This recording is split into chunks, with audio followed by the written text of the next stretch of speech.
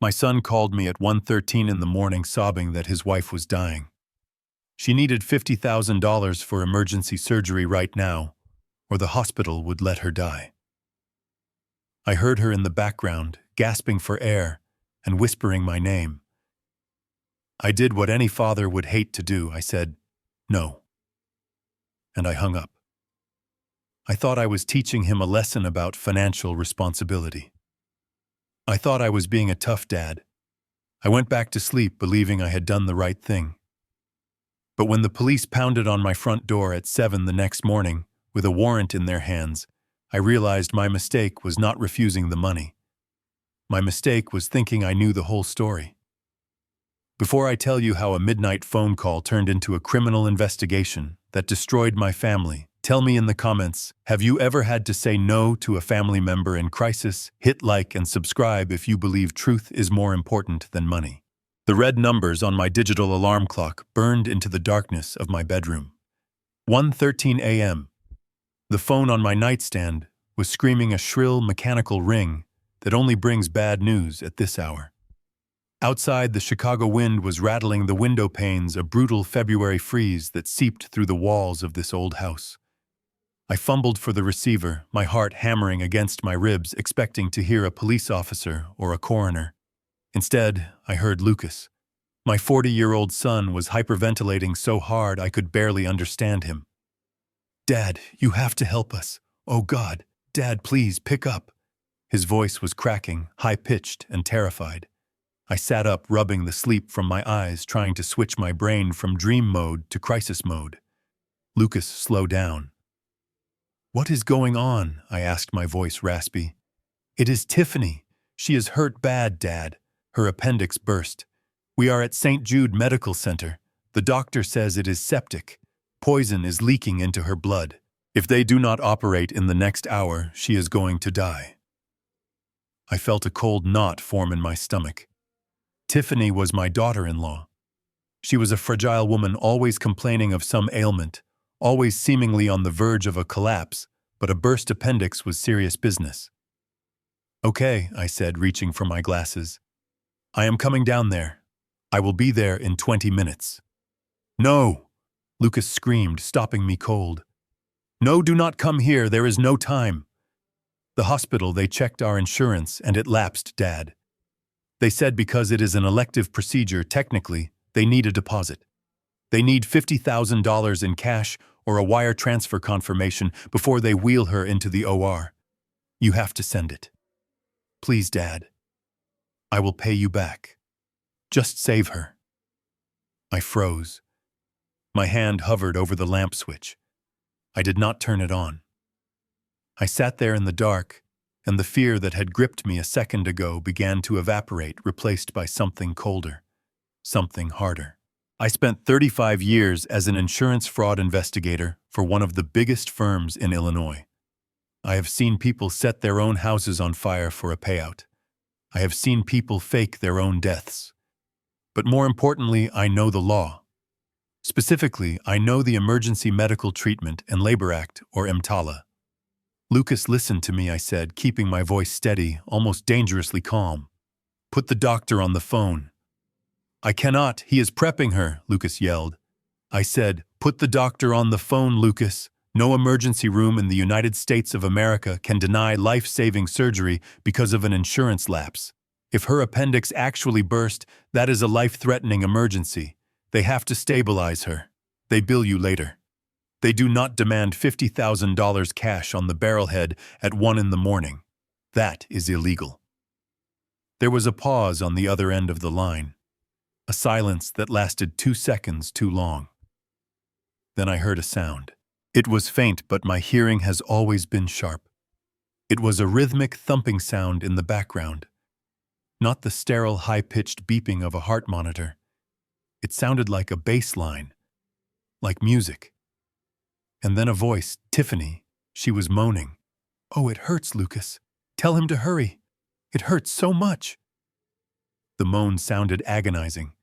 To anyone else, it would have sounded heartbreaking. But I investigated bodily injury claims for 3 decades. I know the sound of true, unbridled agony. True pain takes your breath away. It makes you unable to form coherent sentences.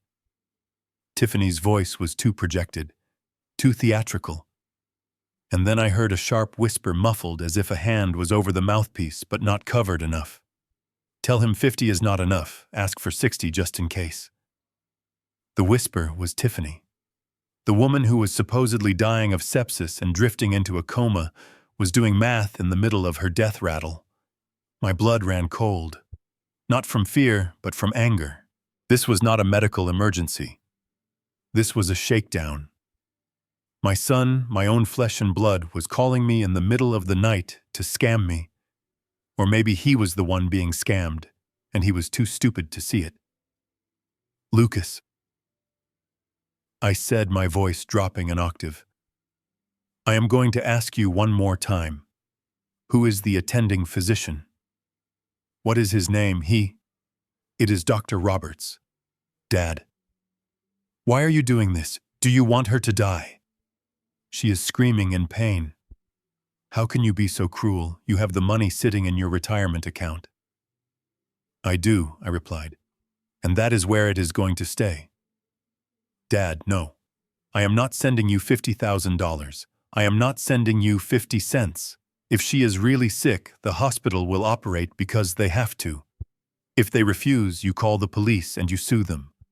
But I suspect that if I drove down to St. Jude right now, I would not find you there. There was a gasp on the other end. Dad. I swear. Stop it, Lucas. Just stop. You are gambling again, aren't you? Or is it her? Did she run up the credit cards again? I told you last time I bailed you out that the bank of Dad is closed. Dad, please call me when she is out of surgery, I said. I hung up the phone. The click echoed in the silent room. My hand was shaking, not from the cold, but from the adrenaline of the confrontation. I sat there in the dark for a long time, staring at the shadows shifting across the ceiling. I waited for the phone to ring again. I waited for him to call back, to scream, to curse me out, to put a real doctor on the line to prove me wrong. But the phone stayed silent. I lay back down, Bussown pulling the quilt up to my chin. I told myself I did the right thing. I told myself that this was tough love. Lucas was 40 years old. He needed to learn that he couldn't use panic as a weapon to raid my savings. He needed to stand up to that woman who was bleeding him dry. I closed my eyes, forcing my breathing to slow down. I was convinced I had just dodged a bullet. I was convinced I had won. But as sleep slowly started to drag me back under a nagging thought, pricked at the back of my brain, that background noise, that thumping bass line, it didn't sound like a hospital. It didn't sound like their house either. It sounded like a car. They were driving somewhere. And if they weren't at the hospital, where were they going at 1 a.m. in a freezing Chicago blizzard? And why did Lucas sound so truly, genuinely terrified? Tiffany was acting. I was sure of that.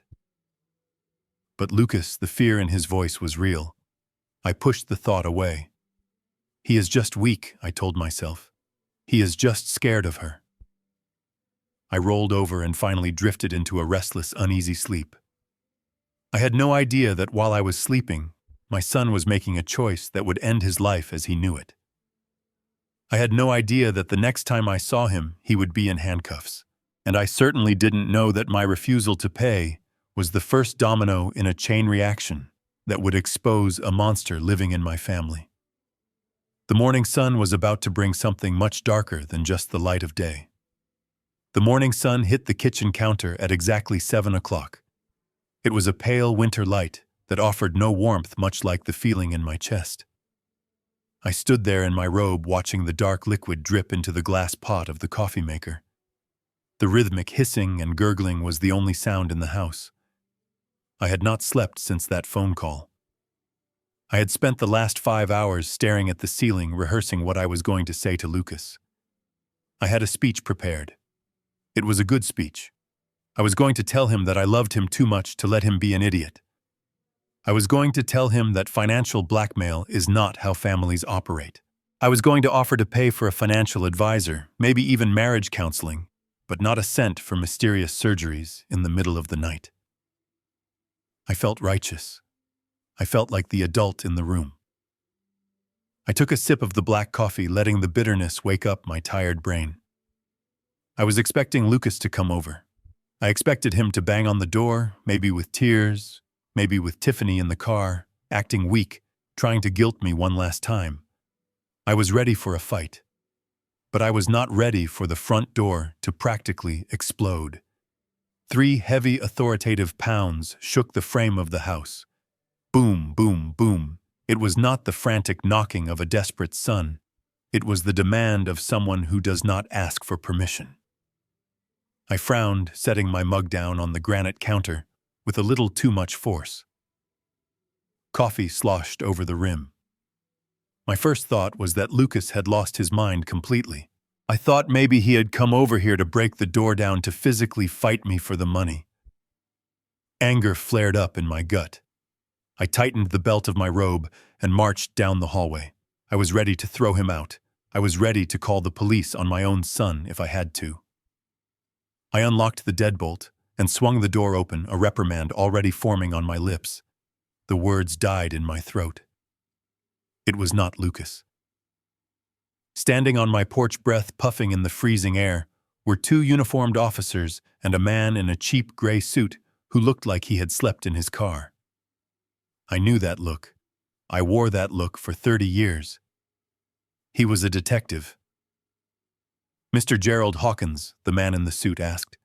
His voice was flat, professional, and utterly devoid of sympathy. "Yes," I said, my hand gripping the doorframe. My mind raced. Lucas must have called them. He must have told them I was endangering his wife. He must have spun some story about elder neglect or emotional abuse. The audacity of it made my face hot. "Is this about my son?" I asked, cutting him off. "Look, if he sent you here because I refused to pay for his wife's surgery, you can tell him that is a civil matter. I know the law. I am under no legal obligation to fund his bad decisions. This is a waste of taxpayer money." The detective stared at me. He did not blink. He did not look confused. He looked at me with a strange mixture of pity and contempt. He pulled a folded piece of paper from his inside jacket pocket. "This is a warrant to search the residence of Lucas Hawkins, but since he is currently in custody and listed you as his emergency contact and legal proxy, we are notifying you." Custody, I repeated the word. It felt heavy and foreign on my tongue. Custody for what? Did he cause a scene at the hospital? Did he threaten a doctor? The detective took a step closer. "Mr. Hawkins, your son was arrested at 2:15 this morning. He is currently being held at the 4th District Station. Arrested for what?" I demanded, my voice rising. "For yelling, for trespassing, for armed robbery," the detective said. The world stopped. The sounds of the morning traffic, the wind in the trees, the hum of my refrigerator, it all vanished. All I could hear was the blood rushing in my ears. "That is impossible," I whispered. "Lucas is a high school history teacher. He has never even had a speeding ticket. You have the wrong person." He was apprehended inside a CVS pharmacy 3 miles from here. The detective continued reading from his notebook, as if checking a grocery list. He assaulted the pharmacist. He claimed he had a weapon. He demanded all the OxyContin and opioids in the safe. We found him cowering in the back aisle when patrol units arrived. He was hysterical. My knees gave out. I didn't fall, but I had to lean heavily against the door. A robbery. A drug robbery. At 2 in the morning. Less than an hour after I hung up the phone. The timeline clicked into place like the tumblers of a lock. He called me at 1:13. I said no. He hung up, and 40 minutes later he was storming into a pharmacy. He didn't do it for money, I said, my voice sounding hollow. He did it for pills. We need you to come down to the station, the detective said. He is refusing to speak to a public defender. He keeps screaming for his father. I do not remember the drive to the station. I must have put on clothes. I must have locked my front door. I must have stopped at red lights. But my mind was completely blank. It was a white noise of shock. I had spent my entire career catching bad guys. I was the one who spotted the inconsistencies in the stories. I was the one who pointed the finger. I was never the one sitting on the other side of the glass. I was the respectable citizen. I was the good father who paid for college, who taught his son to shake hands firmly and look people in the eye. How did we get here? How did my son go from grading papers to robbing pharmacies in a single night? The police station smelled of stale floor wax and old sweat. It was a smell I used to associate with work, with justice. Now it smelled like failure. I walked through the double doors, and for the first time in my life, I felt the eyes of the officers on me, not as a colleague, but as a suspect's father. I felt small. I felt ashamed. Detective Kowalski. The man from my porch met me at the front desk. He led me back through the secure doors past the holding cells where drunks and petty thieves sat on metal benches. We stopped at an interrogation room. He is in a bad way, Kowalski warned me, his hand on the doorknob. He is claiming medical necessity. He is saying his wife is dying, and he had no choice. I took a deep breath, trying to summon the anger I had felt earlier in the kitchen. I wanted to be angry. Anger was safe. Anger was powerful. But all I felt was a crushing, suffocating sadness. Kowalski opened the door. Lucas was sitting at a metal table, handcuffed to a ring in the floor. He looked like a train wreck. His shirt was torn at the collar. His lip was split and swollen, crusted with dried blood. One of his eyes was already puffing shut, turning a sickly shade of purple. He was shaking violently, his teeth chattering as if he were freezing to death. When he saw me, he didn't look down in shame. He didn't apologize. He lunged at me. The chain on his handcuffs snapped taut, jerking him back into the chair with a metallic clang. But his eyes, wild and bloodshot, burned into mine. "This is your fault," he screamed, spittle flying from his mouth. "This is on you, Lucas! Calm down," I said, stepping back, horrified. "You killed her," he shrieked, struggling against the cuffs. "You killed her. I told you she was in pain. I told you she needed the meds. The hospital wouldn't give them to her. I had to get them. I had to do something." "You robbed a pharmacy, Lucas," I shouted back, my own control snapping. "You attacked a person. You are a criminal. I am a husband," he sobbed. His anger instantly collapsing into wretched tears. He slumped forward, banging his forehead against the cold metal table. "I am a husband who tried to save his wife because his father was too cheap to help. She is alone at home, Dad. She is dying in that bed right now because of you." I stared at him. I looked at my son, a man I had raised to be honest and gentle, and I saw a stranger. But worse than that, I saw something that chilled me to the bone. I saw conviction. He wasn't lying to protect himself. He believed it. He truly, 100% believed that his wife was dying, and that I was the villain. He had destroyed his life, thrown away his career and his freedom, based on a story that I knew, with every fiber of my being, was a lie. But standing there in that interrogation room, looking at the wreckage of my son, a terrifying thought crept into my mind. What if I was wrong? What if she really was sick? What if my cynicism had just cost my son his soul? No. I shook my head. No. The math didn't add up. The hospital refusal didn't add up. And the timing of the robbery didn't add up. "Where is she?" I asked quietly. "If she is dying, why isn't she here bailing you out? Why isn't she at the hospital?" "She can't move," Lucas wept, his voice muffled by the table. "She is at home. She is waiting for the medicine. And now she is going to die alone because you wouldn't listen." I looked at Detective Kowalski. "I want to see her," I said. "We can't let you leave," Kowalski said. "We need a statement." "I am not leaving town," I said, pulling out my wallet and slamming my old investigator's badge on the table. It was expired, but it still carried weight. I am going to bail him out. But first, I am going to see my daughter-in-law. If she is dying, I will call an ambulance myself. But if she isn't—" I didn't finish the sentence. I didn't have to. I looked back at Lucas, who was sobbing uncontrollably. I was going to find the truth. And God help whoever was lying to me. Here is the script for Part 3, written in English, optimized for AI voiceover, with a natural flow, dramatic pacing, and no headers or special formatting. The metal chair scraped against the concrete floor as I pulled it closer to my son. The sound was harsh, echoing off the cinder block walls of the interrogation room, but it was nothing compared to the noise inside my head. I looked at Lucas. He was a mess of tears and snot and dried blood. He looked like a child who had been beaten by the world, and for the first time in hours, I stopped looking at him like a suspect and started looking at him like a father. I needed to understand. I needed to know why a history teacher who cries during animal rescue commercials would walk into a pharmacy and threaten a stranger for a bottle of pills. "Lucas, look at me," I said, keeping my voice low and steady. "You said she is dying. You said I killed her. I need you to tell me exactly what is happening. No more lies, no more half-truths. If you want me to help you, you have to give me everything." Lucas took a shuddering breath. His hands were shaking so hard the handcuffs rattled against the table.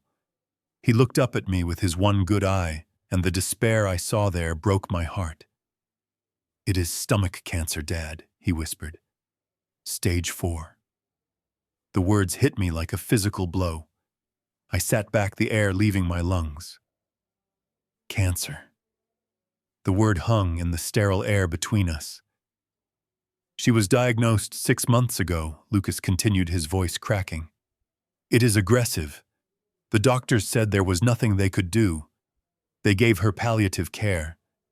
But she didn't want you to know. She made me swear on my life I wouldn't tell you. Why?" I asked, my voice barely a whisper. "Why would you hide this?" "Because she knows how you are," Lucas said, and for the first time there was no anger in his voice, only defeat. "She knows you look at her and see a gold digger. She knows you think she is weak. She wanted to be strong for you. She wanted to be the perfect daughter-in-law just for a little while longer. She didn't want your pity, Dad. She just wanted your respect." I felt a wave of nausea roll over me.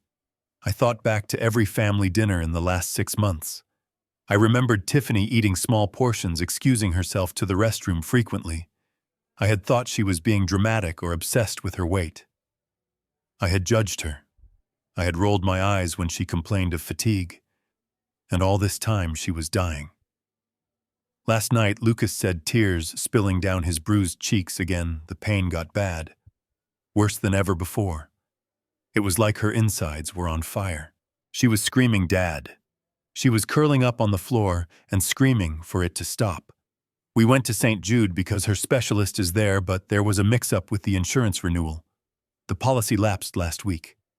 The administrator said because it was pain management and not life-saving resuscitation, they couldn't admit her without a deposit. They kicked us out. They kicked a dying woman out on the street in the snow. He sobbed, burying his face in his hands. We didn't have the meds. The pharmacy at the hospital was closed to outpatients. She was in the car, clawing at her stomach, begging me to kill her because it hurt so much. I panicked. I just wanted the pain to stop. I drove to the CVS. I didn't want to hurt anyone. I just wanted the OxyContin. I just wanted my wife to stop screaming. I closed my eyes. The image of my son, desperate and terrified, watching the woman he loved writhe in agony while his wealthy father slept soundly in a warm bed, was too much to bear. I had refused the money. I had called it a scam. I had stood on my high horse of legal knowledge and moral superiority while my family was drowning. I was the monster. I was the villain in this story. My professional skepticism, the tool that had served me so well for 30 years, had just blinded me to a tragedy happening in my own backyard. "I am so sorry, Lucas," I whispered. I reached across the table and covered his trembling hands with mine. I didn't know. I swear to God I didn't know. I need to get out of here, Lucas pleaded, gripping my hand. She is alone, Dad. If she dies while I am in here, I will never forgive myself. And I will never forgive you. I stood up. The chair scraped again, but this time with purpose. I wiped my face, pushing away the guilt, pushing away the shame. There would be time for self-loathing later. Right now, I had a job to do. You are not staying in here, I said firmly. I am going to fix this. I banged on the metal door. Detective Kowalski opened it, looking bored. I am posting bail, I said. Whatever the amount is, I am posting it now. It is set at $50,000, Kowalski said. The judge was not happy about the assault on the pharmacist. I don't care, I said. I am calling my bank. I am putting a lien on my house if I have to. Just process the paperwork. The next hour was a blur of phone calls and fax machines. I called my broker. I liquidated a savings bond. I leveraged the equity in the home I had paid off 10 years ago. I didn't hesitate. Every signature on every form was a penance. I was buying my son's freedom, but I was really trying to buy back my own conscience. I kept thinking about Tiffany alone in that house dying of cancer, thinking her father-in-law hated her enough to let her suffer. I felt sick. Finally, the paperwork was done. I stood at the intake desk waiting for them to release Lucas. The station was busy now, phones ringing, officers coming and going with coffee cups. I just wanted to get my son go to his house and get Tiffany to the best private hospital money could buy. I would spend every dime I had to make this right. The desk sergeant, a heavy-set man with a thick mustache, dropped a plastic property bag on the counter. It landed with a dull thud. Lucas Hawkins, he grunted. Sign here for his personal effects. Wallet, keys, belt shoelaces. I picked up the pen and scribbled my name. The sergeant grabbed the bag to hand it to me, but then he paused. He looked at the clear plastic bag, then back at me. Rough night for the kid, huh? The sergeant said, chewing on a toothpick. He kept talking about his sick wife. Said it was an emergency. Yes, I said, feeling the sting of shame again. It is a very complicated situation. Yeah, I bet the sergeant chuckled humorlessly. Must be a hell of a doctor he has got. I frowned. What do you mean? The sergeant tapped the plastic bag with his thick finger. I saw the brown leather of Lucas's wallet pressed against the side. Sticking out of it was the corner of a boarding pass. When we booked him, we inventoried the wallet, the sergeant said casually. Found a plane ticket tucked in the billfold. One way. First class.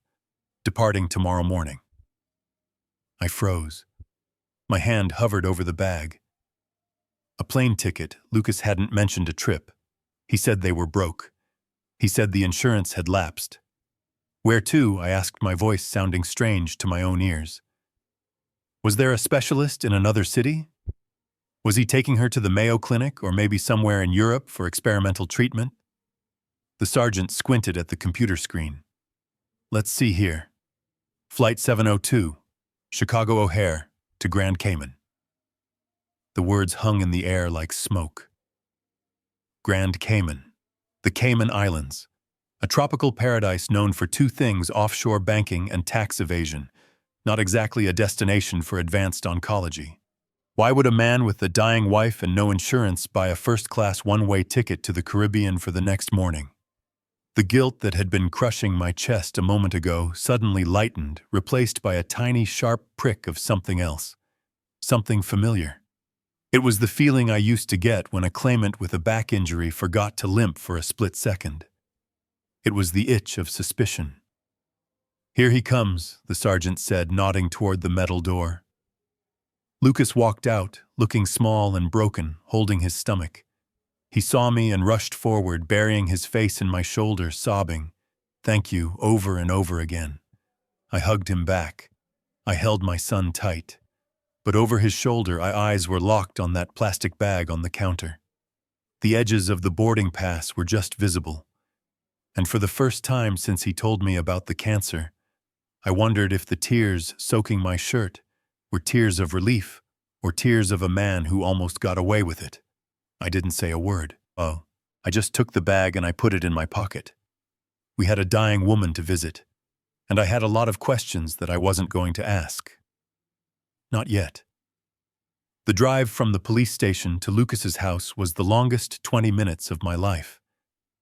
The silence in the car was heavy, suffocating, broken only by the rhythmic thumping of the windshield wipers pushing away the falling snow.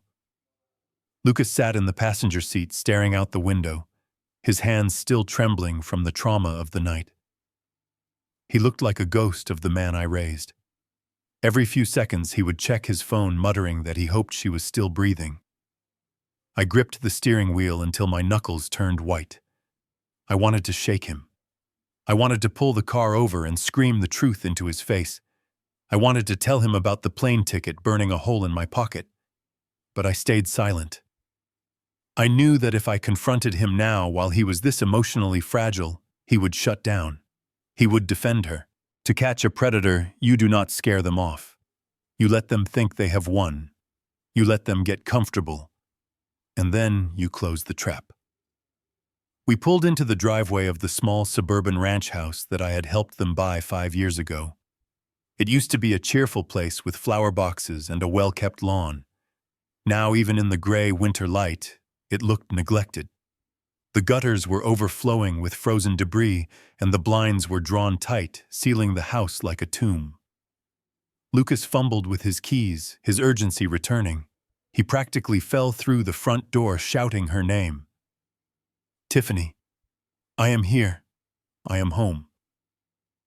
I followed him inside, and the first thing that hit me was the smell. It was not the smell of sickness. It was the smell of chemicals. A sharp, overwhelming scent of pine cleaner and rubbing alcohol layered so thick it stung my nostrils. It was theatrical. It was the scent of someone trying too hard to convince the world that this was a sterile medical environment. The house was pitch black. Every curtain was drawn. The only light came from the glow of a humidifier in the corner of the living room, pumping a thick mist into the stale air. Lucas ran down the hallway to the master bedroom. I followed at a slower pace, my eyes scanning the shadows. I noticed things. I noticed a stack of unopened mail on the entry table, mostly final notices. I noticed that despite the medical crisis shown, there were no dirty dishes, no signs of chaotic living. Everything was staged. When I entered the bedroom, the scene was set for a tragedy. The room was stiflingly hot. A portable heater was humming in the corner. In the center of the king-sized bed, buried under a mountain of down comforters, lay Tiffany. She looked terrible. I had to give her credit for that. Her skin was a chalky, unnatural white, contrasting sharply with the dark circles painted under her eyes. Her lips were cracked and dry. She was breathing in shallow, raspy gasps, her hand clutching her stomach. When Lucas rushed to her side, falling to his knees, she flinched, as if his touch caused her physical pain. "Lucas," she whispered, her voice a fragile thread. "You came back. I thought they took you away. I thought I would never see you again." "I am here, baby," Lucas sobbed, burying his face in the mattress.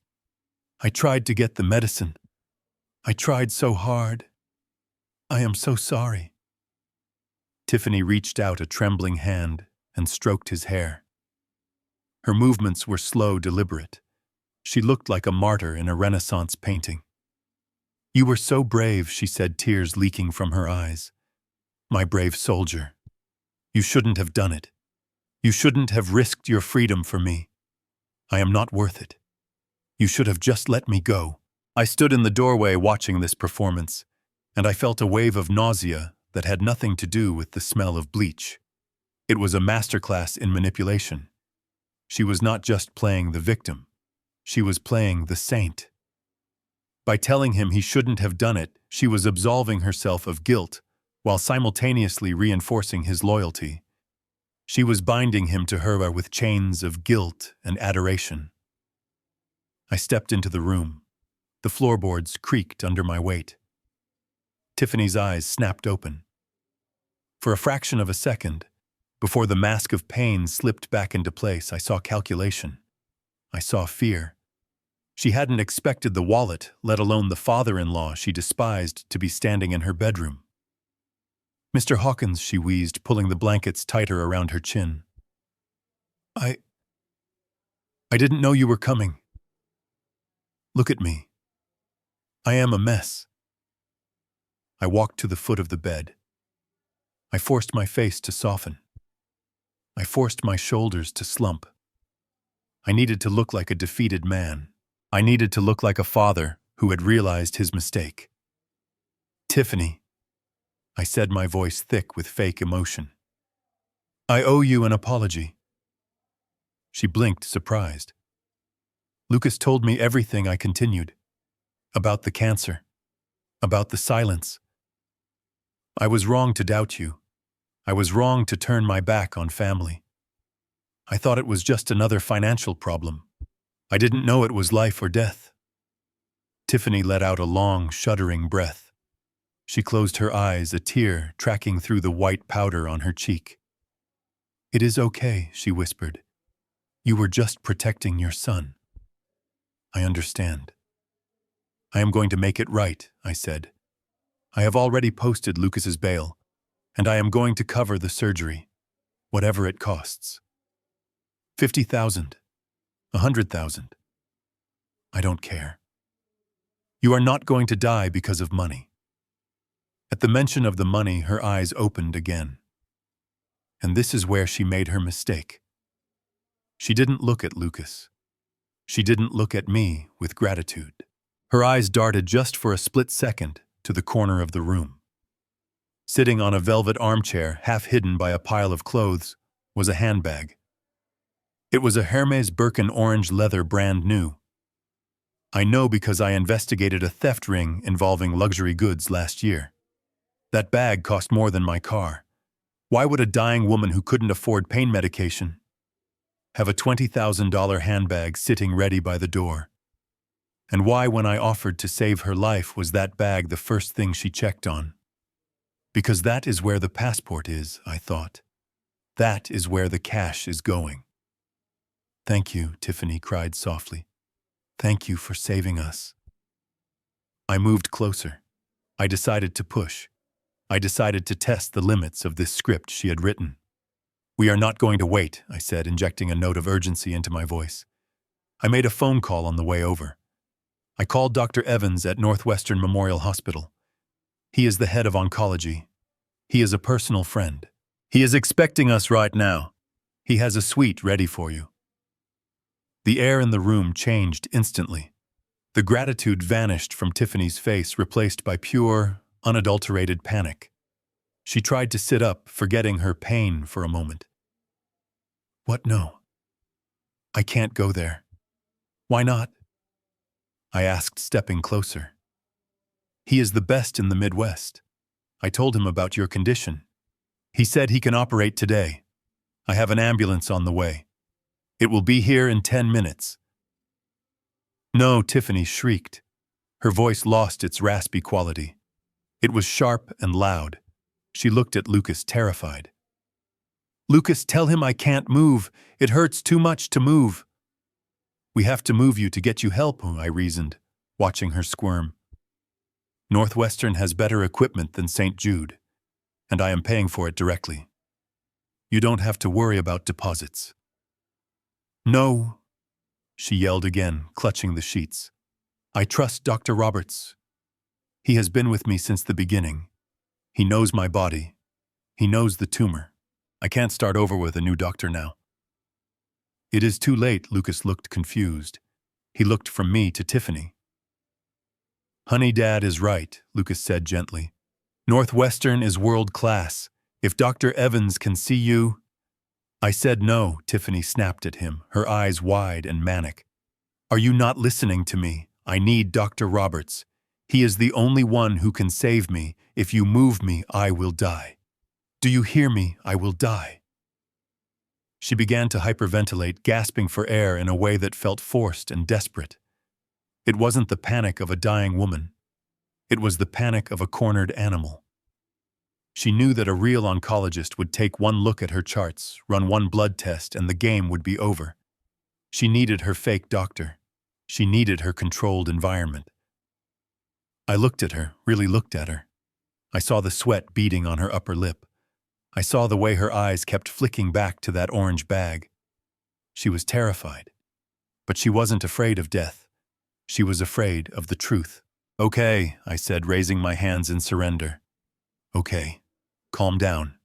If you want Dr. Roberts, we will get Dr. Roberts." She slumped back against the pillows, exhaling a breath that sounded like a hiss. "Just bring him here," she whispered, closing her eyes again. "He said he could do the procedure here if we had the money.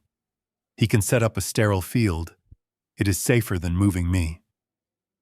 A home surgery for stage 4 stomach cancer. It was the most ridiculous thing I had ever heard. But I nodded. I pretended to buy it. "Fine," I said. "Text him. Tell him to come over. Tell him I have the cash." I turned and walked out of the room before the disgust on my face could give me away. I needed fresh air, and I needed to prepare for the arrival of the good doctor. I had a feeling Dr. Roberts wasn't going to be prepared for the kind of consultation I was about to give him. I sat in the corner of the bedroom in a stiff wooden chair, watching the performance of a lifetime unfold before me. The air was thick with the smell of lavender essential oils, now masking the earlier scent of bleach, but it did nothing to cover the stench of deception that was filling my lungs. Lucas was buzzing around the room like a nervous nursemaid, fluffing pillows, adjusting the humidifier, and constantly checking his watch for the arrival of the illustrious Dr. Roberts. I stayed quiet, playing the part of the chastised father, the man who had seen the error of his ways and was now just there to write the checks. But my eyes were sharp. My eyes were recording everything. I watched Tiffany closely. For a woman who was supposedly ravaged by stage 4 cancer, her movements were remarkably fluid when she thought I wasn't looking. She would shift her weight in bed, reaching for her water glass with a steady hand, only to let it tremble violently the moment she realized I was watching. But what interested me most was the ritual of the medicine. On the nightstand, arranged like sacred artifacts on a silver tray, were 6 amber prescription bottles. None of them had labels, no pharmacy names, no dosage instructions, no warning stickers, just smooth orange plastic. Lucas treated them with a reverence that was painful to watch. He would pick one up, wipe it with a cloth, and set it down gently as if it contained the Holy Grail. "Time for your midday dose, baby," Lucas whispered, checking his phone. "Dr. Roberts said we have to be precise to manage the breakthrough pain." He shook 2 white pills from one of the unlabeled bottles. Tiffany sat up, groaning theatrically, and reached for them. But then she did something strange. She didn't just pop them in her mouth. She turned her entire body away from me, facing the wall, huddled over her hand like a child hiding a piece of candy. I heard the gulp of water, and then she turned back, looking exhausted, sinking into the pillows with a sigh of relief. Why hide, I wondered. I have watched people take medicine for 30 years. People in pain don't care who sees them swallow a pill. They just want the relief, unless, of course, they aren't swallowing it at all, or unless they don't want you to see that the pill they are taking doesn't match the severity of their condition. I needed one of those pills. I needed to know what was inside those orange bottles that cost my son his freedom. But Lucas was guarding them like a pit bull. He stood by the bedside, stroking her hair, murmuring words of encouragement. "I needed him to leave the room, Lucas," I said, clearing my throat softly. "You look dehydrated, son. Your lips are chapped. Why don't you go get yourself a glass of water? I will sit with her." Lucas hesitated, looking at Tiffany. She gave him a weak nod, her eyes half closed. "Okay," he said. "I will be right back." Don't upset her, Dad." "I won't, I promised." As soon as Lucas left the room, the dynamic changed. The silence wasn't peaceful. It was heavy. Tiffany didn't look at me. She lay there breathing rhythmically, but her hands were clenched into fists on top of the duvet. She knew I was watching. She knew I was the threat. Suddenly, she let out a sharp, guttural cry. It was loud, designed to carry down the hallway to the kitchen. She arched her back, clutching her stomach, thrashing her legs under the heavy blankets. "It hurts," she screamed. "Oh God, it is tearing me apart. Lucas, help me." It was a good performance. A little over the top for my taste, but effective. I could hear Lucas dropping a glass in the kitchen and running toward us. This was my chance. I had seconds. I jumped up from my chair, feigning panic. I rushed to the bedside table, my hands shaking in mock terror. "Hold on, Tiffany," I shouted. "I will get your medicine." "Is it this one?" I grabbed the bottle Lucas had used earlier. I didn't open it. Instead, I let my elbow spasm, a clumsy, frantic movement of an old man who doesn't know what to do. My arm swept across the silver tray, sending the bottle flying. It hit the hardwood floor with a loud clatter, the cap popping off. Dozens of small white pills scattered across the dark wood, rolling under the bed, spinning into the corners of the room. "Oh no!" I cried out. "I am so sorry. I am so clumsy." I dropped to my knee instantly. I wasn't looking at Tiffany.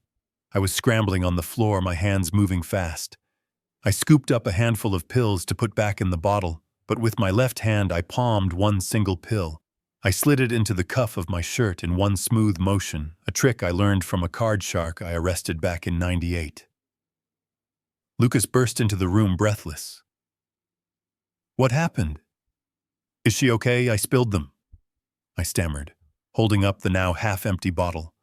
She started screaming and I tried to help, and I knocked them over. "I am so sorry, Lucas." Lucas dropped to his knees beside me, his face pale with panic. "Dad, we can't lose these. We can't get a refill until next week. These cost a fortune." We were both on the floor, crawling around like beggars, picking up the little white tablets. I handed him the ones I had collected, keeping my left hand tucked close to my side. "I think we got most of them," I said, standing up and dusting off my knees. Lucas was still frantic, checking under the nightstand, counting the pills in the bottle. But I wasn't looking at him. I looked at the bed. Tiffany had stopped screaming. In fact, she had stopped moving entirely. She was staring at me. Her head was turned on the pillow, and for the first time her face wasn't twisted in agony. It was completely still. Her eyes, usually wide with fake fear or clouded with fake pain, were narrowed into slits. They were laser-focused on my left shirt cuff. It was a look of pure, unadulterated malice. It was cold. It was calculating. It was the look of a predator who realizes the prey has teeth. There was no sickness in that gaze. There was only rage. She knew. She had seen the sleight of hand, or at least suspected it. For 1 second, just one heartbeat, we locked eyes. The mask was off. I saw the real Tiffany. The woman who had manipulated 3 husbands. The woman who had sent my son to rob a pharmacy. And she saw me. The investigator. The man who wasn't buying her ticket. Then, as Lucas stood up, the mask slammed back into place. Her face crumpled. A fresh sob tore from her throat. "Oh, it hurts," she wailed, reaching for Lucas. "Make it stop, baby. Make him leave. He is making it worse." Lucas turned to me, his eyes filled with accusation. "Dad, please. Just go wait in the living room. You are causing chaos." I nodded, backing away toward the door. "I am sorry," I mumbled. I will wait for the doctor." I turned and walked out of the room, my heart pounding against my ribs. I felt the small, hard pill pressing against my wrist inside my cuff. It was a tiny thing, no bigger than a breath mint. But as I walked down the dark hallway, away from the screaming woman and my desperate son, I knew that this tiny white circle was going to be the bullet that killed her lies. I just hoped I could fire it before she destroyed us completely. The drive to the lab was a blur of gray slush and red taillights. I did not turn on the radio.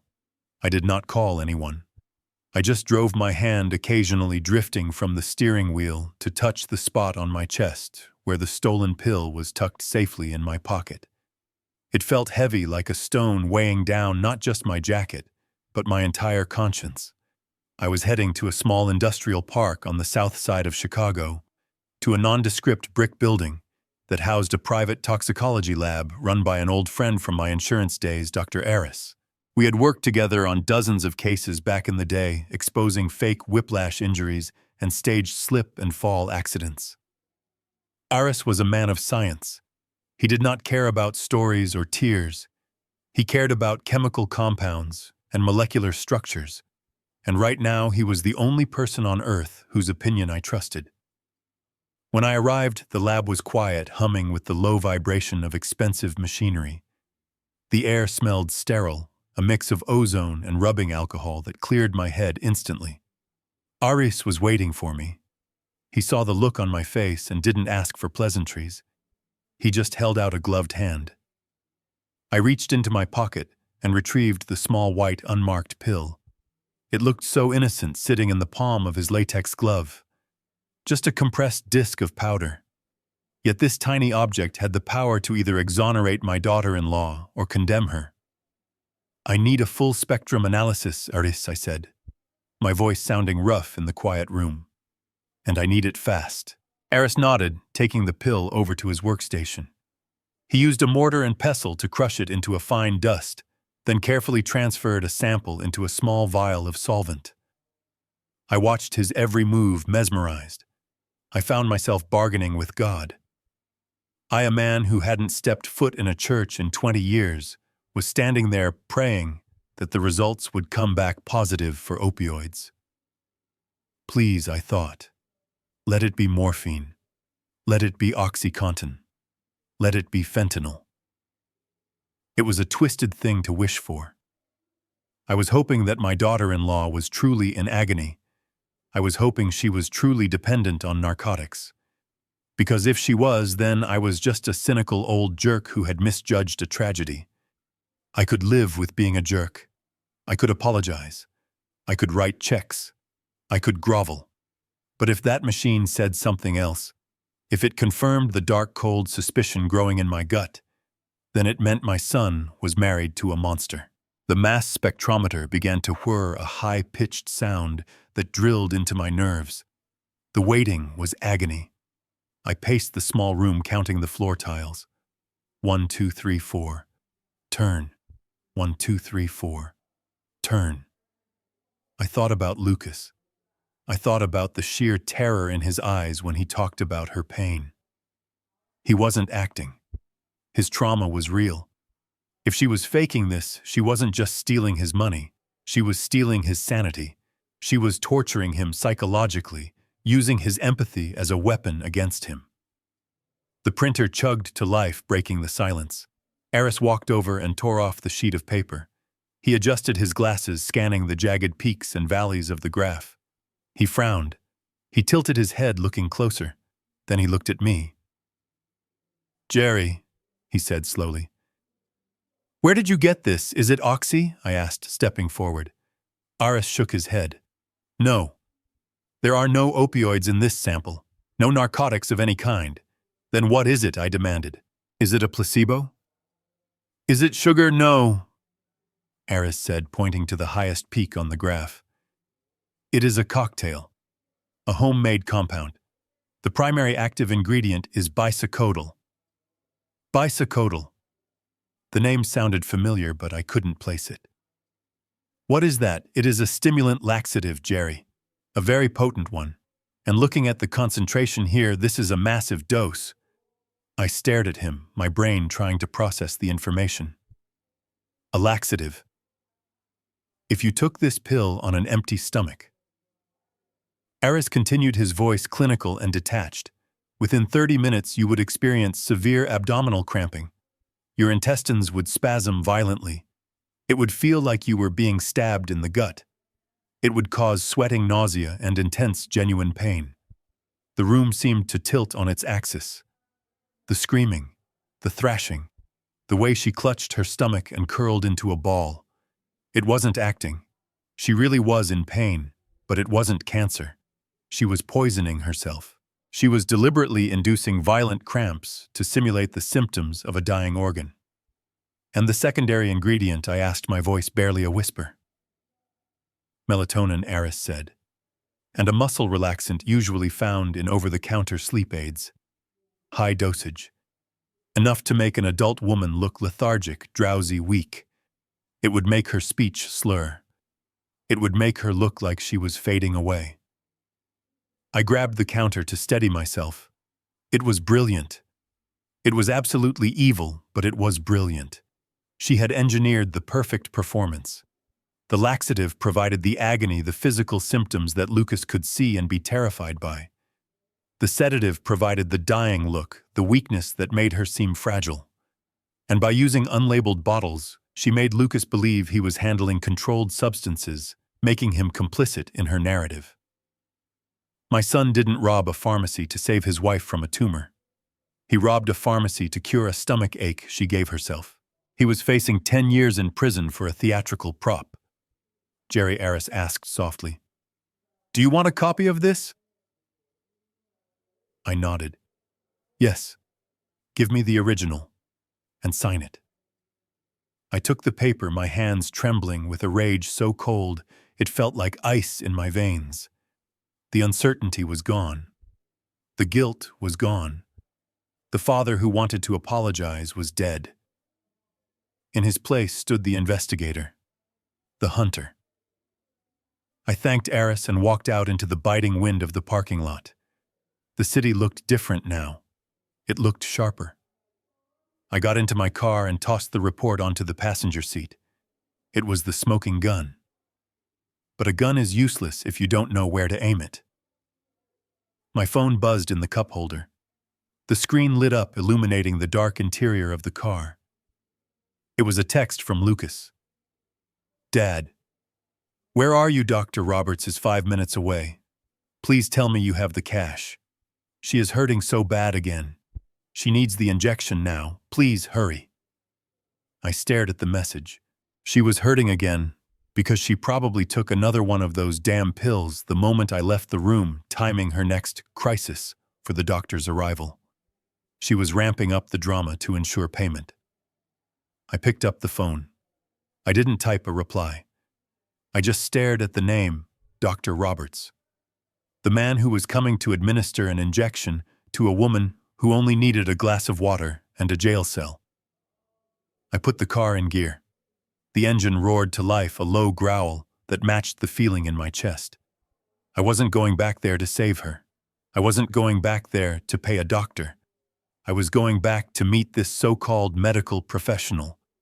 I had a $50,000 payout in my trunk, but it wasn't cash. It was a folder of evidence and a burning desire for justice. I pulled out of the parking lot, tires spinning on the slick pavement. I was coming for them, and they had no idea what was about to walk through that door. The envelope in my inside jacket pocket felt heavy against my ribs. It was a thick, substantial weight that promised salvation. But if anyone had opened it, they would have found nothing but cut-up junk mail and old utility bills sandwiched between two single $20 bills. It was a prop, a decoy. I was walking back into my son's house not as a father, but as an undercover operative in a sting operation of my own making. I parked my car behind Lucas's sedan and took a moment to check my reflection in the rearview mirror. I practiced my expression. I let my shoulders slump. I let my mouth droop. I needed to look like a beaten man. I needed to look like a father who had been broken by guilt and was desperate to buy his way back into his family's good graces. I took a deep breath, inhaling the cold Chicago air, and stepped out of the car. The stage was set. When I walked through the front door, the atmosphere in the house had shifted from panic to a sort of vibrating anticipation. Lucas met me in the hallway. He looked exhausted, his eyes red and swollen, but there was a flicker of hope in his face that twisted a knife in my gut. He really believed I was the hero coming to save the day. He really believed the lie. "Did you get it?" Lucas whispered, grabbing my arm. "Is it all there?" I patted my chest pocket. "It is all here, son, every penny. Is he here yet?" just as I asked. Headlights swept across the front window. A car had pulled up to the curb, but I couldn't see it clearly through the closed blinds. "He is here," Lucas gasped. "Thank God. Dad, please be respectful. Dr. Roberts is doing us a huge favor coming out in this weather. He is risking his license treating her at home like this." I nodded solemnity. "I promise, Lucas. I just want to help." The doorbell rang. Lucas practically ran to answer it. He threw the door open, and there he stood. The savior.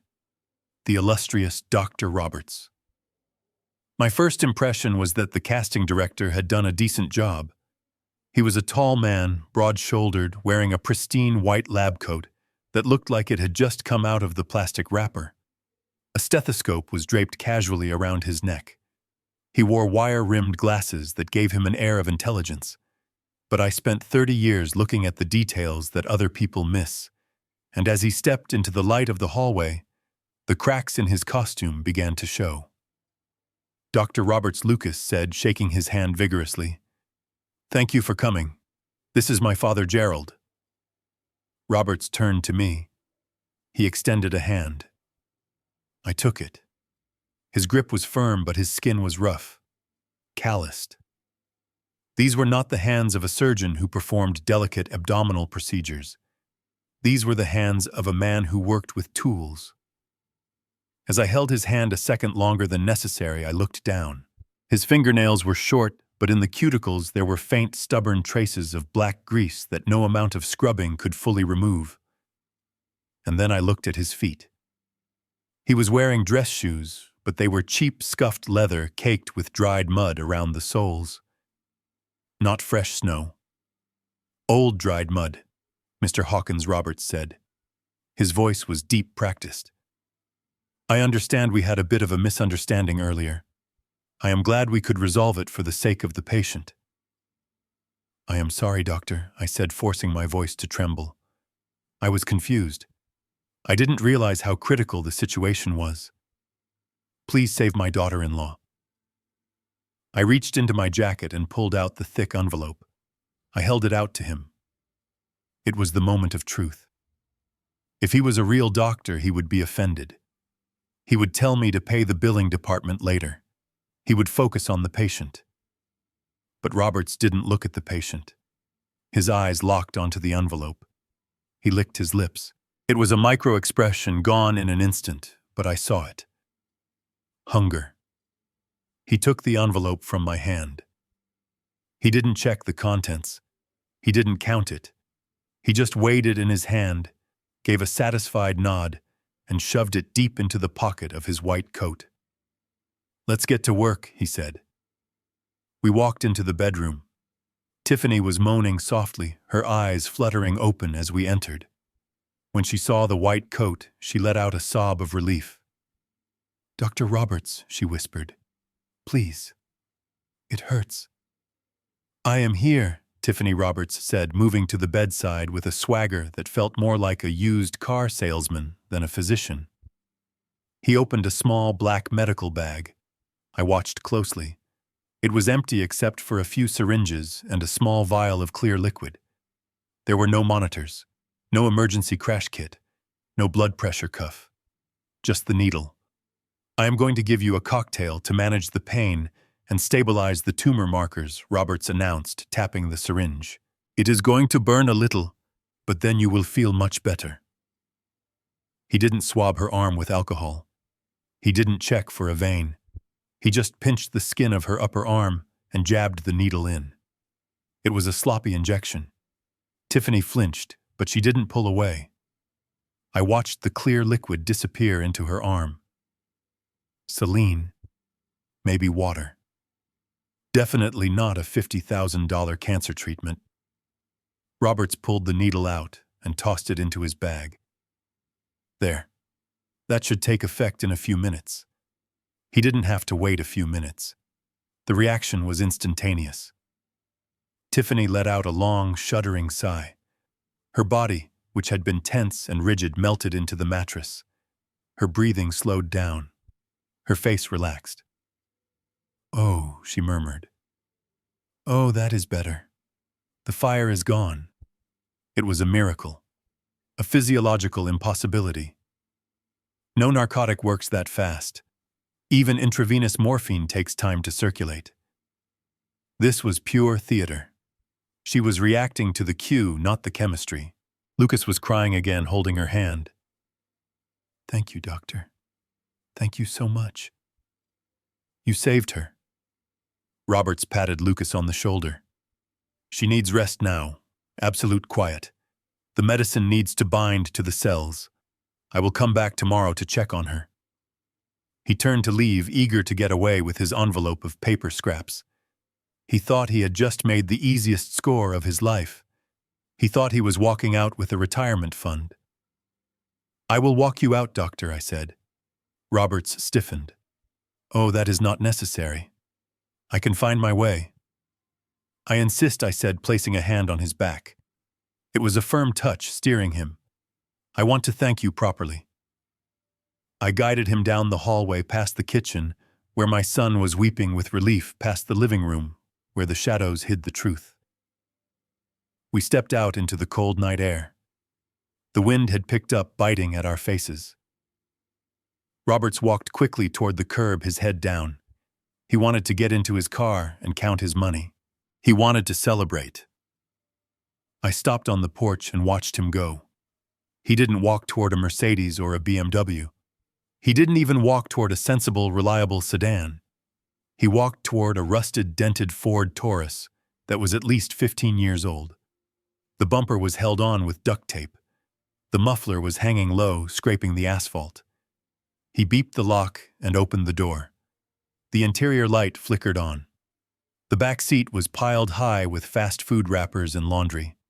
And spilling out of the center console was an ashtray overflowing with cheap cigarette butts. I stood there in the darkness, watching the so-called top oncologist in Chicago squeeze himself into a car that smelled like failure. He started the engine. It sputtered and coughed before roaring to life with a noise that sounded like a dying lawnmower.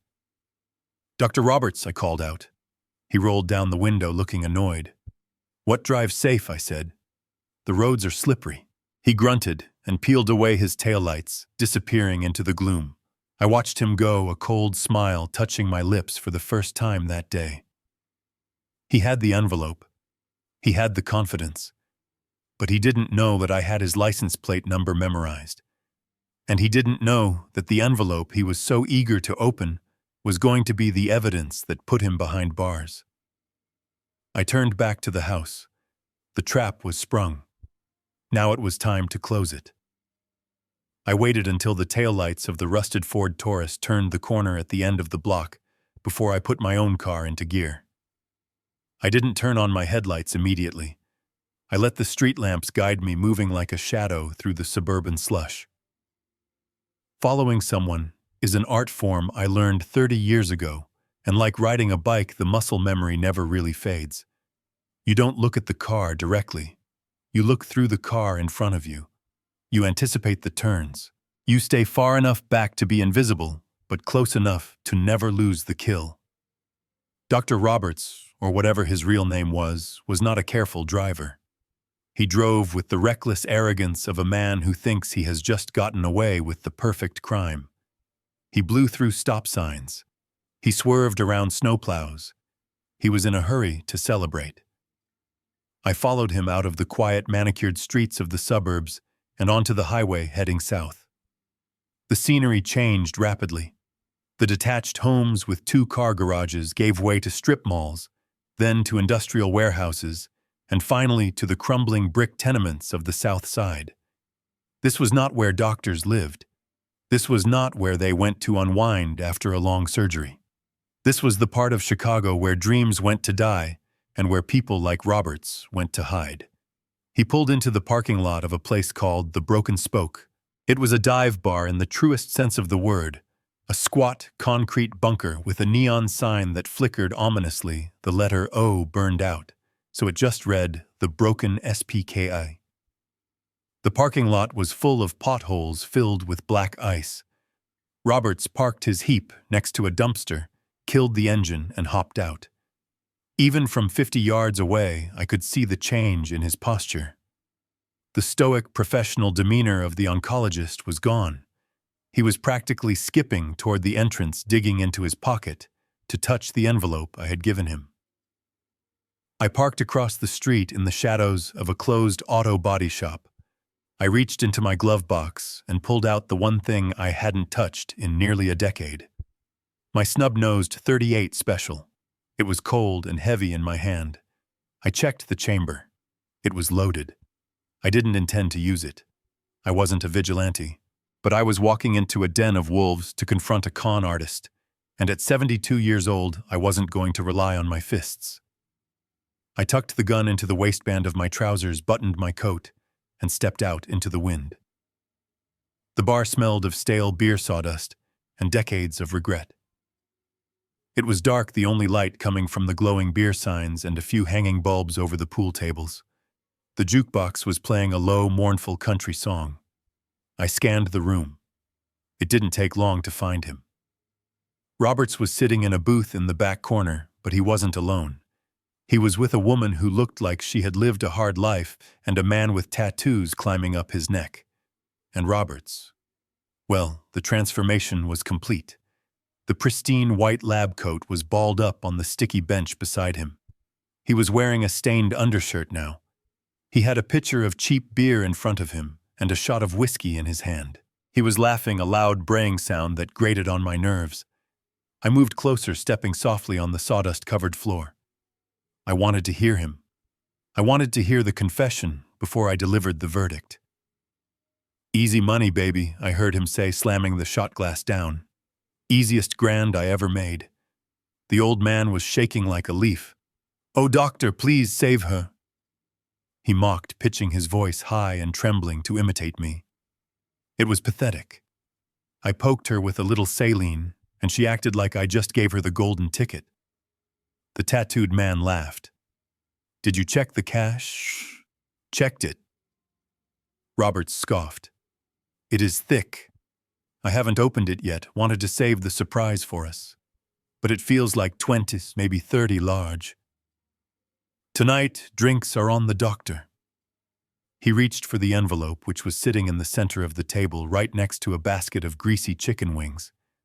I stepped out of the shadows. "I wouldn't open that if I were you," I said. My voice was low, barely louder than the hum of the refrigerator behind the bar, but it cut through their laughter like a razor blade. Roberts froze. His hand hovered over the envelope. He looked up, squinting through the gloom.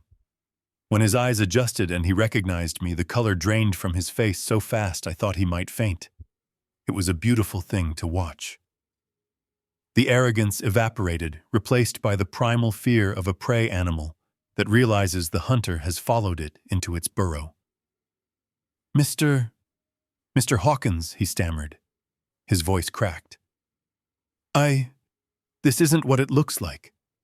I was just stopping for a meal before heading back to the hospital." I didn't say a word. I just stared at him. I walked to the booth. The tattooed man started to stand up, his hand going to his belt. "Hey, old man, you got a problem," he growled. I didn't look at him.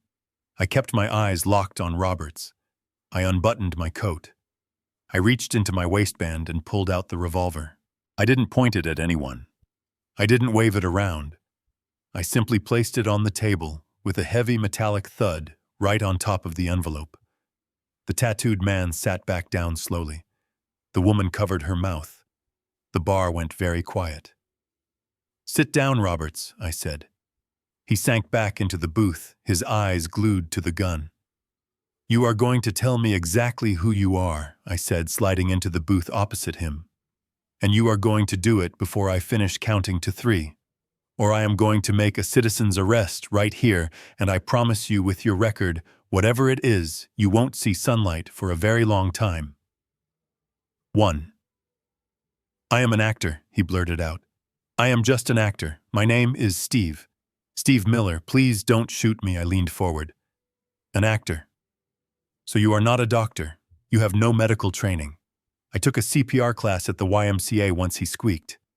That is it. I do community theater. She found me on a casting website, Backstage Chicago. The ad was for a medical role play for a private client. I thought it was, a kink thing. I didn't know it was a scam until I got there.